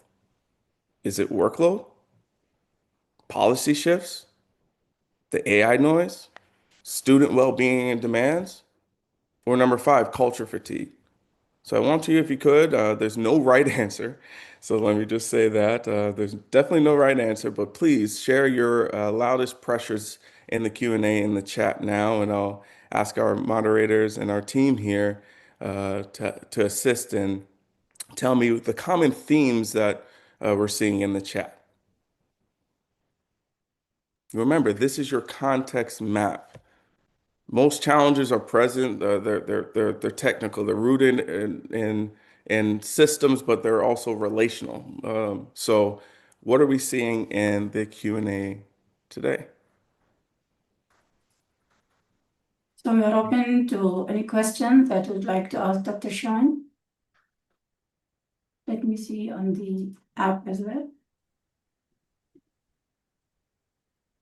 Can I just say I cannot add to the chat. It's a bit different if we are attendees or if we're part of the organizing committee. So maybe I'll start as Aisha is checking, because we can check in 2 places for Q&A, Shane. Yes. Yeah, I wanted to say all of them when I was thinking Yes. of myself, but definitely 1 and 5, but 1 all and of 5. yeah. Yeah, workload and culture fatigue. I think more and more, as mentioned, what we're seeing across all spaces is the work is heavy, right? And the culture is not aligned with that. From the institutions that I've served and worked with, what I find is that culture fatigue can lead to, as mentioned before, areas of weakened reliability and trust within teams. Yeah. So how do we continue to manage our workload and build an environment where we maintain trust and that we continue to innovate in more purposeful ways? I know there are a lot of shifts that go on within our workspaces each and every day. We're about to go into the end of our semesters or our terms, and we know that the workload gets heavier around this time. So these tools that we'll mention in the upcoming slides and identifying these signals are going to help us move forward to addressing some of these pressures in a way, like I said, that will help us help ourselves and our students as we consider ways in which we can build on our culture and minimize our workload. Yep, exactly. So tool one, let's work on our first tool. Tool one is about personal and local clarity. You can use it yourself, for teams, for a course. So I would challenge you all to look at tool one in this way. So tool one is a grounding tool. There are 3 prompts, as you can see on the screen. 90 seconds it will take for you to do this activity. You can, again, you can use it yourself, for a team, or for a course. Purpose, as you can see, what matters most in your role? That's what you really want to identify here. Stop. The activity that drains your clarity. That's what we want to identify in that bucket. And finally, standardize. The process that protects time. So here, your stop is usually the thing that you keep re-explaining. We all have that one stop, like you keep re-explaining it because it has no shared rule. Your standard is usually the routine that prevents your rework. So again, at this time, we'll share for our colleagues who have access to share. You can type in the chat or your stop. So the thing that you want to stop, and that's usually the thing that you, as I mentioned before, you keep re-explaining because this has no shared rule in your standard. The routine that prevents your rework. So here's a couple quick examples that you can draw from. Purpose. So in this element, protect the depth of learning. So I think we all share that purpose. And I know from our signals of culture and also of workload, let's protect our depth of learning. So that stop would be answering the same question every week because the expectation is unclear. We have that has to be stopped. So that could be an example of the stop for you in this case scenario for the purpose of protecting depth and learning. The standardized element of it is maybe standardize a Friday clarity check with 2 questions over 3 minutes. It's a quick 90-second process as mentioned before. So this will give you this tool will really give you practical ways to address some of these things. So when clarity stabilizes in your world, capacity returns. Get more, you have room to address that workload, as we mentioned before, that culture fatigue, as was brought up as a comment. Once capacity returns now, that culture becomes more visible.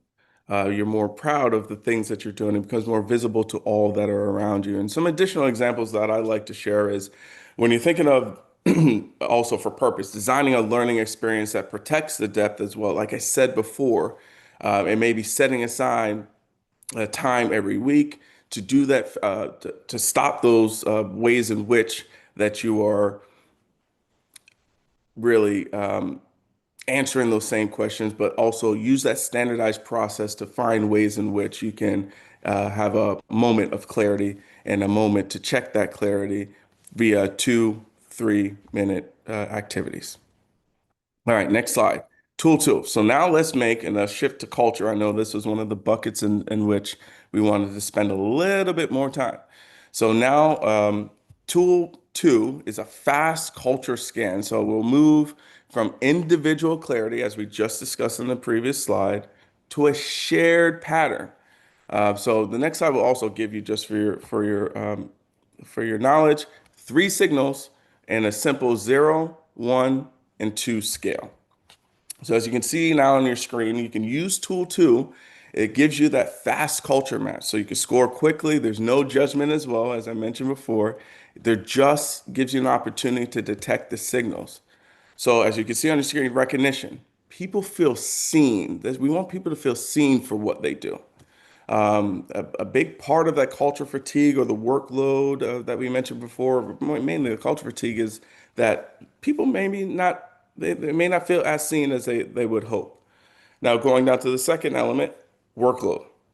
That distribution of workload matches the purpose. On our last slide, we talked a little bit about purpose as well and what we were going to stop and standardize. In this one, workload, we need to make sure that as it relates to the culture and a checkpoint, that we analyze that workload, and that distribution for purpose matches. And then finally, decision rights. That autonomy aligns with trust. We mentioned a little bit about trust earlier. That is a core element of the care that we give to all. But in this health checkpoint, it will help you find ways in which we know who decides what and why. So here's a couple quick examples that you can draw on if needed. So as you can see here, recognition, it may be we name the invisible labor. Around this time, if anyone in the Q&A chat can name the things that you're doing, the 101 things that you're doing just this semester. We are attending the summit. You have your grading papers possibly, hopefully not over the weekend or anything of the sort, but you're really engaged in high activities and functions during this time. We need a name that invisible labor as it relates to setting the tone for culture. Another example for workload, we clarify seasonal rhythms so load feels predictable. As I just mentioned, even as it relates to the example for recognition, we need to clarify those rhythms. What are the common things? We know this is a season that we may be preparing for those final essays and submissions. Students may be preparing for finals of 5 classes, and they may have their practicum, whatever it may be.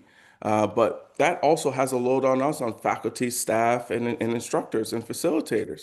How do we prepare for that load so it's more predictable? And then finally, decision rights. We know who decides what, but here's the point and why. So remember to score it when you're using this activity. 0 is unclear. 1 is inconsistent. And 2 is consistent enough to support innovation. So your lowest score shows where capacity leaks. So if you're leaking in recognition, that's where your capacity is leaking. It reveals where system strain. It reveals where system strain, not where people fail. And that's the key indicator that we need to acknowledge as it relates to the culture checkpoint. Feel free to take a moment to type a word that defines trust in your context in the Q&A panel at this time. So I'll leave it on the screen so you can type a word that defines that context at this time. And I'll go over to the chat now, or excuse me, the Q&A. Give you a moment for that as well. I think everyone is facing a bit of maybe Zoom fatigue, Shane. Apologies, because people have been around since like 9, so I maybe figured this. they're not interacting as much. Not a problem at all. But yeah, it's still interesting to see and try to think, it's just, as you said, taking that step back and assessing what the situation is in your institution with the people you're working with your manager. Correct. That's exactly right. And I think to your point, Nicolina, more and more we have to really, as you mentioned at the onset, if culture fatigue is one of the areas in which needs to be explored across any of our institutions, any of the 5 that are in our conference here today, or any institution across the world, we need to make sure that that is addressed in ways that build on trust and that are aligned with purpose, and that people feel seen for the work that they're doing. They're contributing members of creating the culture that we want on all of our teams. So thank you for that input as well. Anything else I missed or any other questions as it relates to the culture health checkpoint and how this tool can be used and applied in different spaces before I move forward? No, perfect. All clear, Sean. Oh, excuse me. Yes, It's all clear. it's all perfect. All right. So our third tool, excuse me, Now, let's anchor this in practice. So we've been practicing as well, but let's anchor it a little bit more in practice. The STAR tool turns insight into action. And the frame is simple. Adapt, adopt, adapt, and drop. So again, I'll say that one more time. Adopt, adapt, and drop. So care becomes culture when it is structured. So as you can see on this graphic on your screen here, adapt. When you're using this tool, we want you to think of adapting one practice you will implement as is. And then adopt. You're going to adopt one practice that you will use as is. Adapt, I want you to think of this in sense of using one practice you will tailor to your context. And then drop. This is an interesting one for us all because sometimes it's hard to drop things, but one practice you will retire to protect that capacity that we talked about a little bit earlier. So again, when you're using this tool, adopt, adapt, and drop, here are a couple quick examples you can draw on if needed when you're using this offline in your spaces and on your teams or at your institutions. So adopt, end each team meeting with a shared clarity check. Simple. At the end of your meeting, spend 90 minutes, or excuse me, not 90 minutes, 90 seconds to just make sure that you're checking in and making sure everything's clear amongst your teams. If it's not, you have the opportunity to address that then and there. So adopting that practice could really help our teams leaps and bounds. Adapt. Shift office hours into two-tier model during peak periods. This is a quick and easy way to adapt the ways in which that we're working to show care for people, to show making them feel included in the process. As we know, AI is noisy. As we know, we're thinking beyond the hype. As we know, these are things within our control that we can use to change the ways in which we're working with one another. And then finally, to drop. It could be dropping reply all emails or FYI emails and move towards more of a weekly digest. I know in previous lives, that's helped me leaps and bounds when I had numerous students that I was working with, faculty members that we were working with, all the pressures and loads that we have identified a couple slides ago. These three simple elements of tool 3 of care will really help us leaps and bounds figuring out ways in which that we can make meaningful change within our work. So again, I repeat, the adapt, one practice that you'll implement as is. Adopt. I keep mixing the two. Adopt, one practice that you will implement as is. Adapt, one practice you will tailor to your context. And then again, finally drop, one practice you will retire to protect your capacity. Think about one team, one course, one committee that you can implement this tool into. What you can adopt, adapt, and drop to protect the work that matters. And again, the work matters and we matter. So as faculty staff, as we're attending these sessions throughout the summit, we're at the tail end of the summit, how can we continue to care for ourselves by implementing these three elements into our daily lives? Because at the end of the day, clarity builds that capacity again, and care builds the culture that we want to see on each and every one of our teams. And when we align both, that innovation that we all want to that we all want to see, and the work that we want to do, and the purpose that we want to accomplish, all of that really lasts. So on you'll have this worksheet that you can use these spaces as well. I'll be able to I have a link at the end, or also you'll be able to connect with me offline to get the slide deck, so you can use this in your teams today. So use this space, as you can see here, to capture your adopt, your adapt, and your drop. One small step that protects meaningful work. So again, as I mentioned before, you'll have this available to you. Just reach out to me and I can be able to provide this to you and your teams. So again, we're going to move forward towards committing to clarity. So I want us to anchor our next step and your next step. We will use this tool as one small commitment, one point that we're all going to commit to over this next couple weeks, but also over the upcoming years as we think of beyond the AI hype, but also beyond looking forward to the future. The goal is not a grand pledge. So I'm not trying to say, yes, we're all committing and that's it. The goal is one action that you can sustain yourself. So that is our goal of committing to clarity and care. All right. So which tool will you act on this week? I know the week is over, so we're going to give ourselves a little bit more time and we'll lead into, I know the weekend's upon us, but we'll lead into early next week. But which tool will you act on this week? And let me just take a pause here as well. But these tools can also be applied in our daily lives. I continue to have conversations when I present this work, and as I mentioned before, this is a full body of work that I have. And no matter the space, whether it in education, health, or the various sectors that I support, what I realize more and more that is that the professional context these tools work, but also the personal context these tools work. Some of these tools you can apply to your daily lives. I personally have a small family of two little ones and my spouse, and one of the interesting parts of this is, we have to be able to think in ways in which our purpose, and my purpose is to make sure that I am educated or educating others and really sharing my passion for education and learning in any space that I'm in.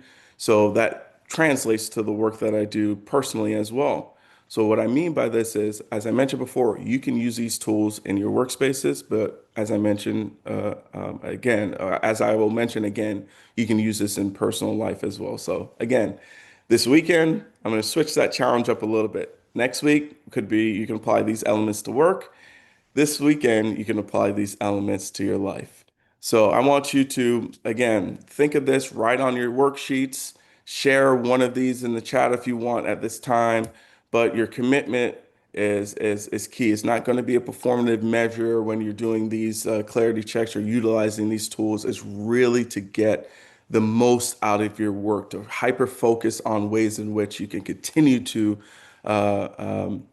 build and build capacity for clarity, culture, and care within your spaces that you touch each and every day. It's a signal to yourself that the work that we are all doing, the work that you are doing, really does matter. In order to address the workload or the culture fatigue, these are simple ways to turn all those pressures and all those signals that we talked a little bit about earlier into things that continue to matter. So these commitment pieces, I don't want to minimize them. They're big and grand, but they can be applied, as I mentioned before, in work and in life. Culture is not what we declare, it's what we reinforce together. Simple. It's not organization coming in or me coming in and saying, this is what you need to do. We do it together. And that's a part of my approach to the work that I do as well, really ingraining myself in the space, understanding people from the inside out and letting their work shine and letting our work shine as we work on these big teams. And I know there's over or close to 1,000 persons attending this session here today. And one of the most important things that we can all do is work more on ourselves, but also work more together on the work that matters. As I mentioned before, culture is not what we declare, and I'll repeat it again. It is what we reinforce together. So again, if you need a prompt for this area, tool one is clarifying one purpose. You might choose to one if you run if you run the clarity snapshot with your colleagues. Tool two is to stabilize one culture signal. You might use this tool to bring that 0, 1, and 2 culture scan to a department meeting. And then finally, tool three, adopt, adapt, and drop. One practice. You might use this tool to pilot one adopt, adapt, and drop move in a single course. So these are some options that you can consider over the upcoming days and weeks. And then finally, I know we're at the tail end of our conversation here today, but this work still continues. So I'm here to help continue to support each and every person here. If you have questions, continue to reach out. But it's my understanding for the Faculty 360 certification or certificate rather, please make sure that you have these commitments written on your worksheet. So these are simple things that you can plug and play and implement here today. So if you want, you could take a snapshot of this screen as well and apply it to your work. These are small step signals that learning's moved from these slides, from this conversation that we're having today to practice. So these are things that you can put to practice immediately. So we want to keep the momentum. I know I'm almost at time here, but it's been a pleasure to speak and meet you all today. But here are a few things and ways to keep the work visible offline as we sign off here soon. You can download this slide deck, take a screenshot of this page as well, and I can provide more resources. I believe I can also upload it to the Faculty 360 app. So you'll find this information there as well. Try the 10-minute weekly ritual that goes with these tools. Share one win next week. So I'll be expecting that from you all as well. Share it with someone else in your orbit, but you can also feel free to share it with me.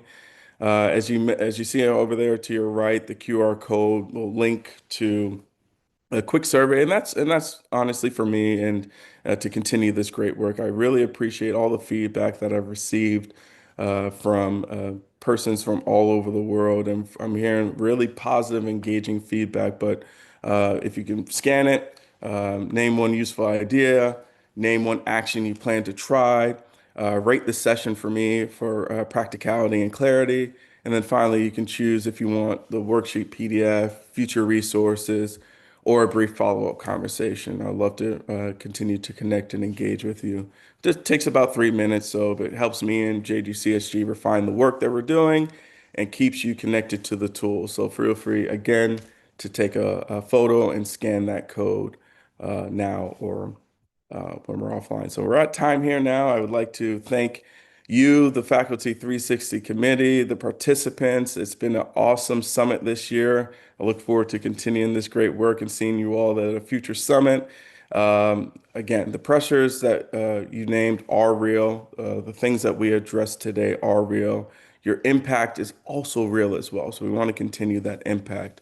I hope personally that these 3 tools give you a bit more clarity, a bit more shared language, and a bit more capacity for care. So that's at the end of the day what I want to make sure it shines through. So clarity really does protect, culture really does scale, and care is really sustainable. So thank you all for your time here today. Wishing you steadiness in the rest of your semester, good collaborations, good culture, and trust and well-being in your work that is to come. Thank you. And now I turn it back over to our hosts. Thank you very much, Dr. Shane, for that insightful presentation. We really appreciate your contribution. Let's take a moment for any question and comment from the participant, if they would like to ask any question. Thank you, me as well. Sorry, Aisha, just as we're waiting to see if anyone adds any comments. Thank you so much, Shane. That was really insightful and very engaging. And I loved all the opportunities to have some tools ourselves. And I was taking some screenshots and the QR code. So I'll talk to you about that offline as well. Sounds good. Thank you so much again. It was really interesting. Sorry, Aisha, I didn't mean to interrupt you. I thought you were Yeah, sure. Please note the exit code for this session is culture. Submit it along with your answer to a short reflection available on the Faculty 360 Summit main page. Thank you again, Dr. Sham, and everyone for being with us. And we will see you all in the panel discussion session. Thank you.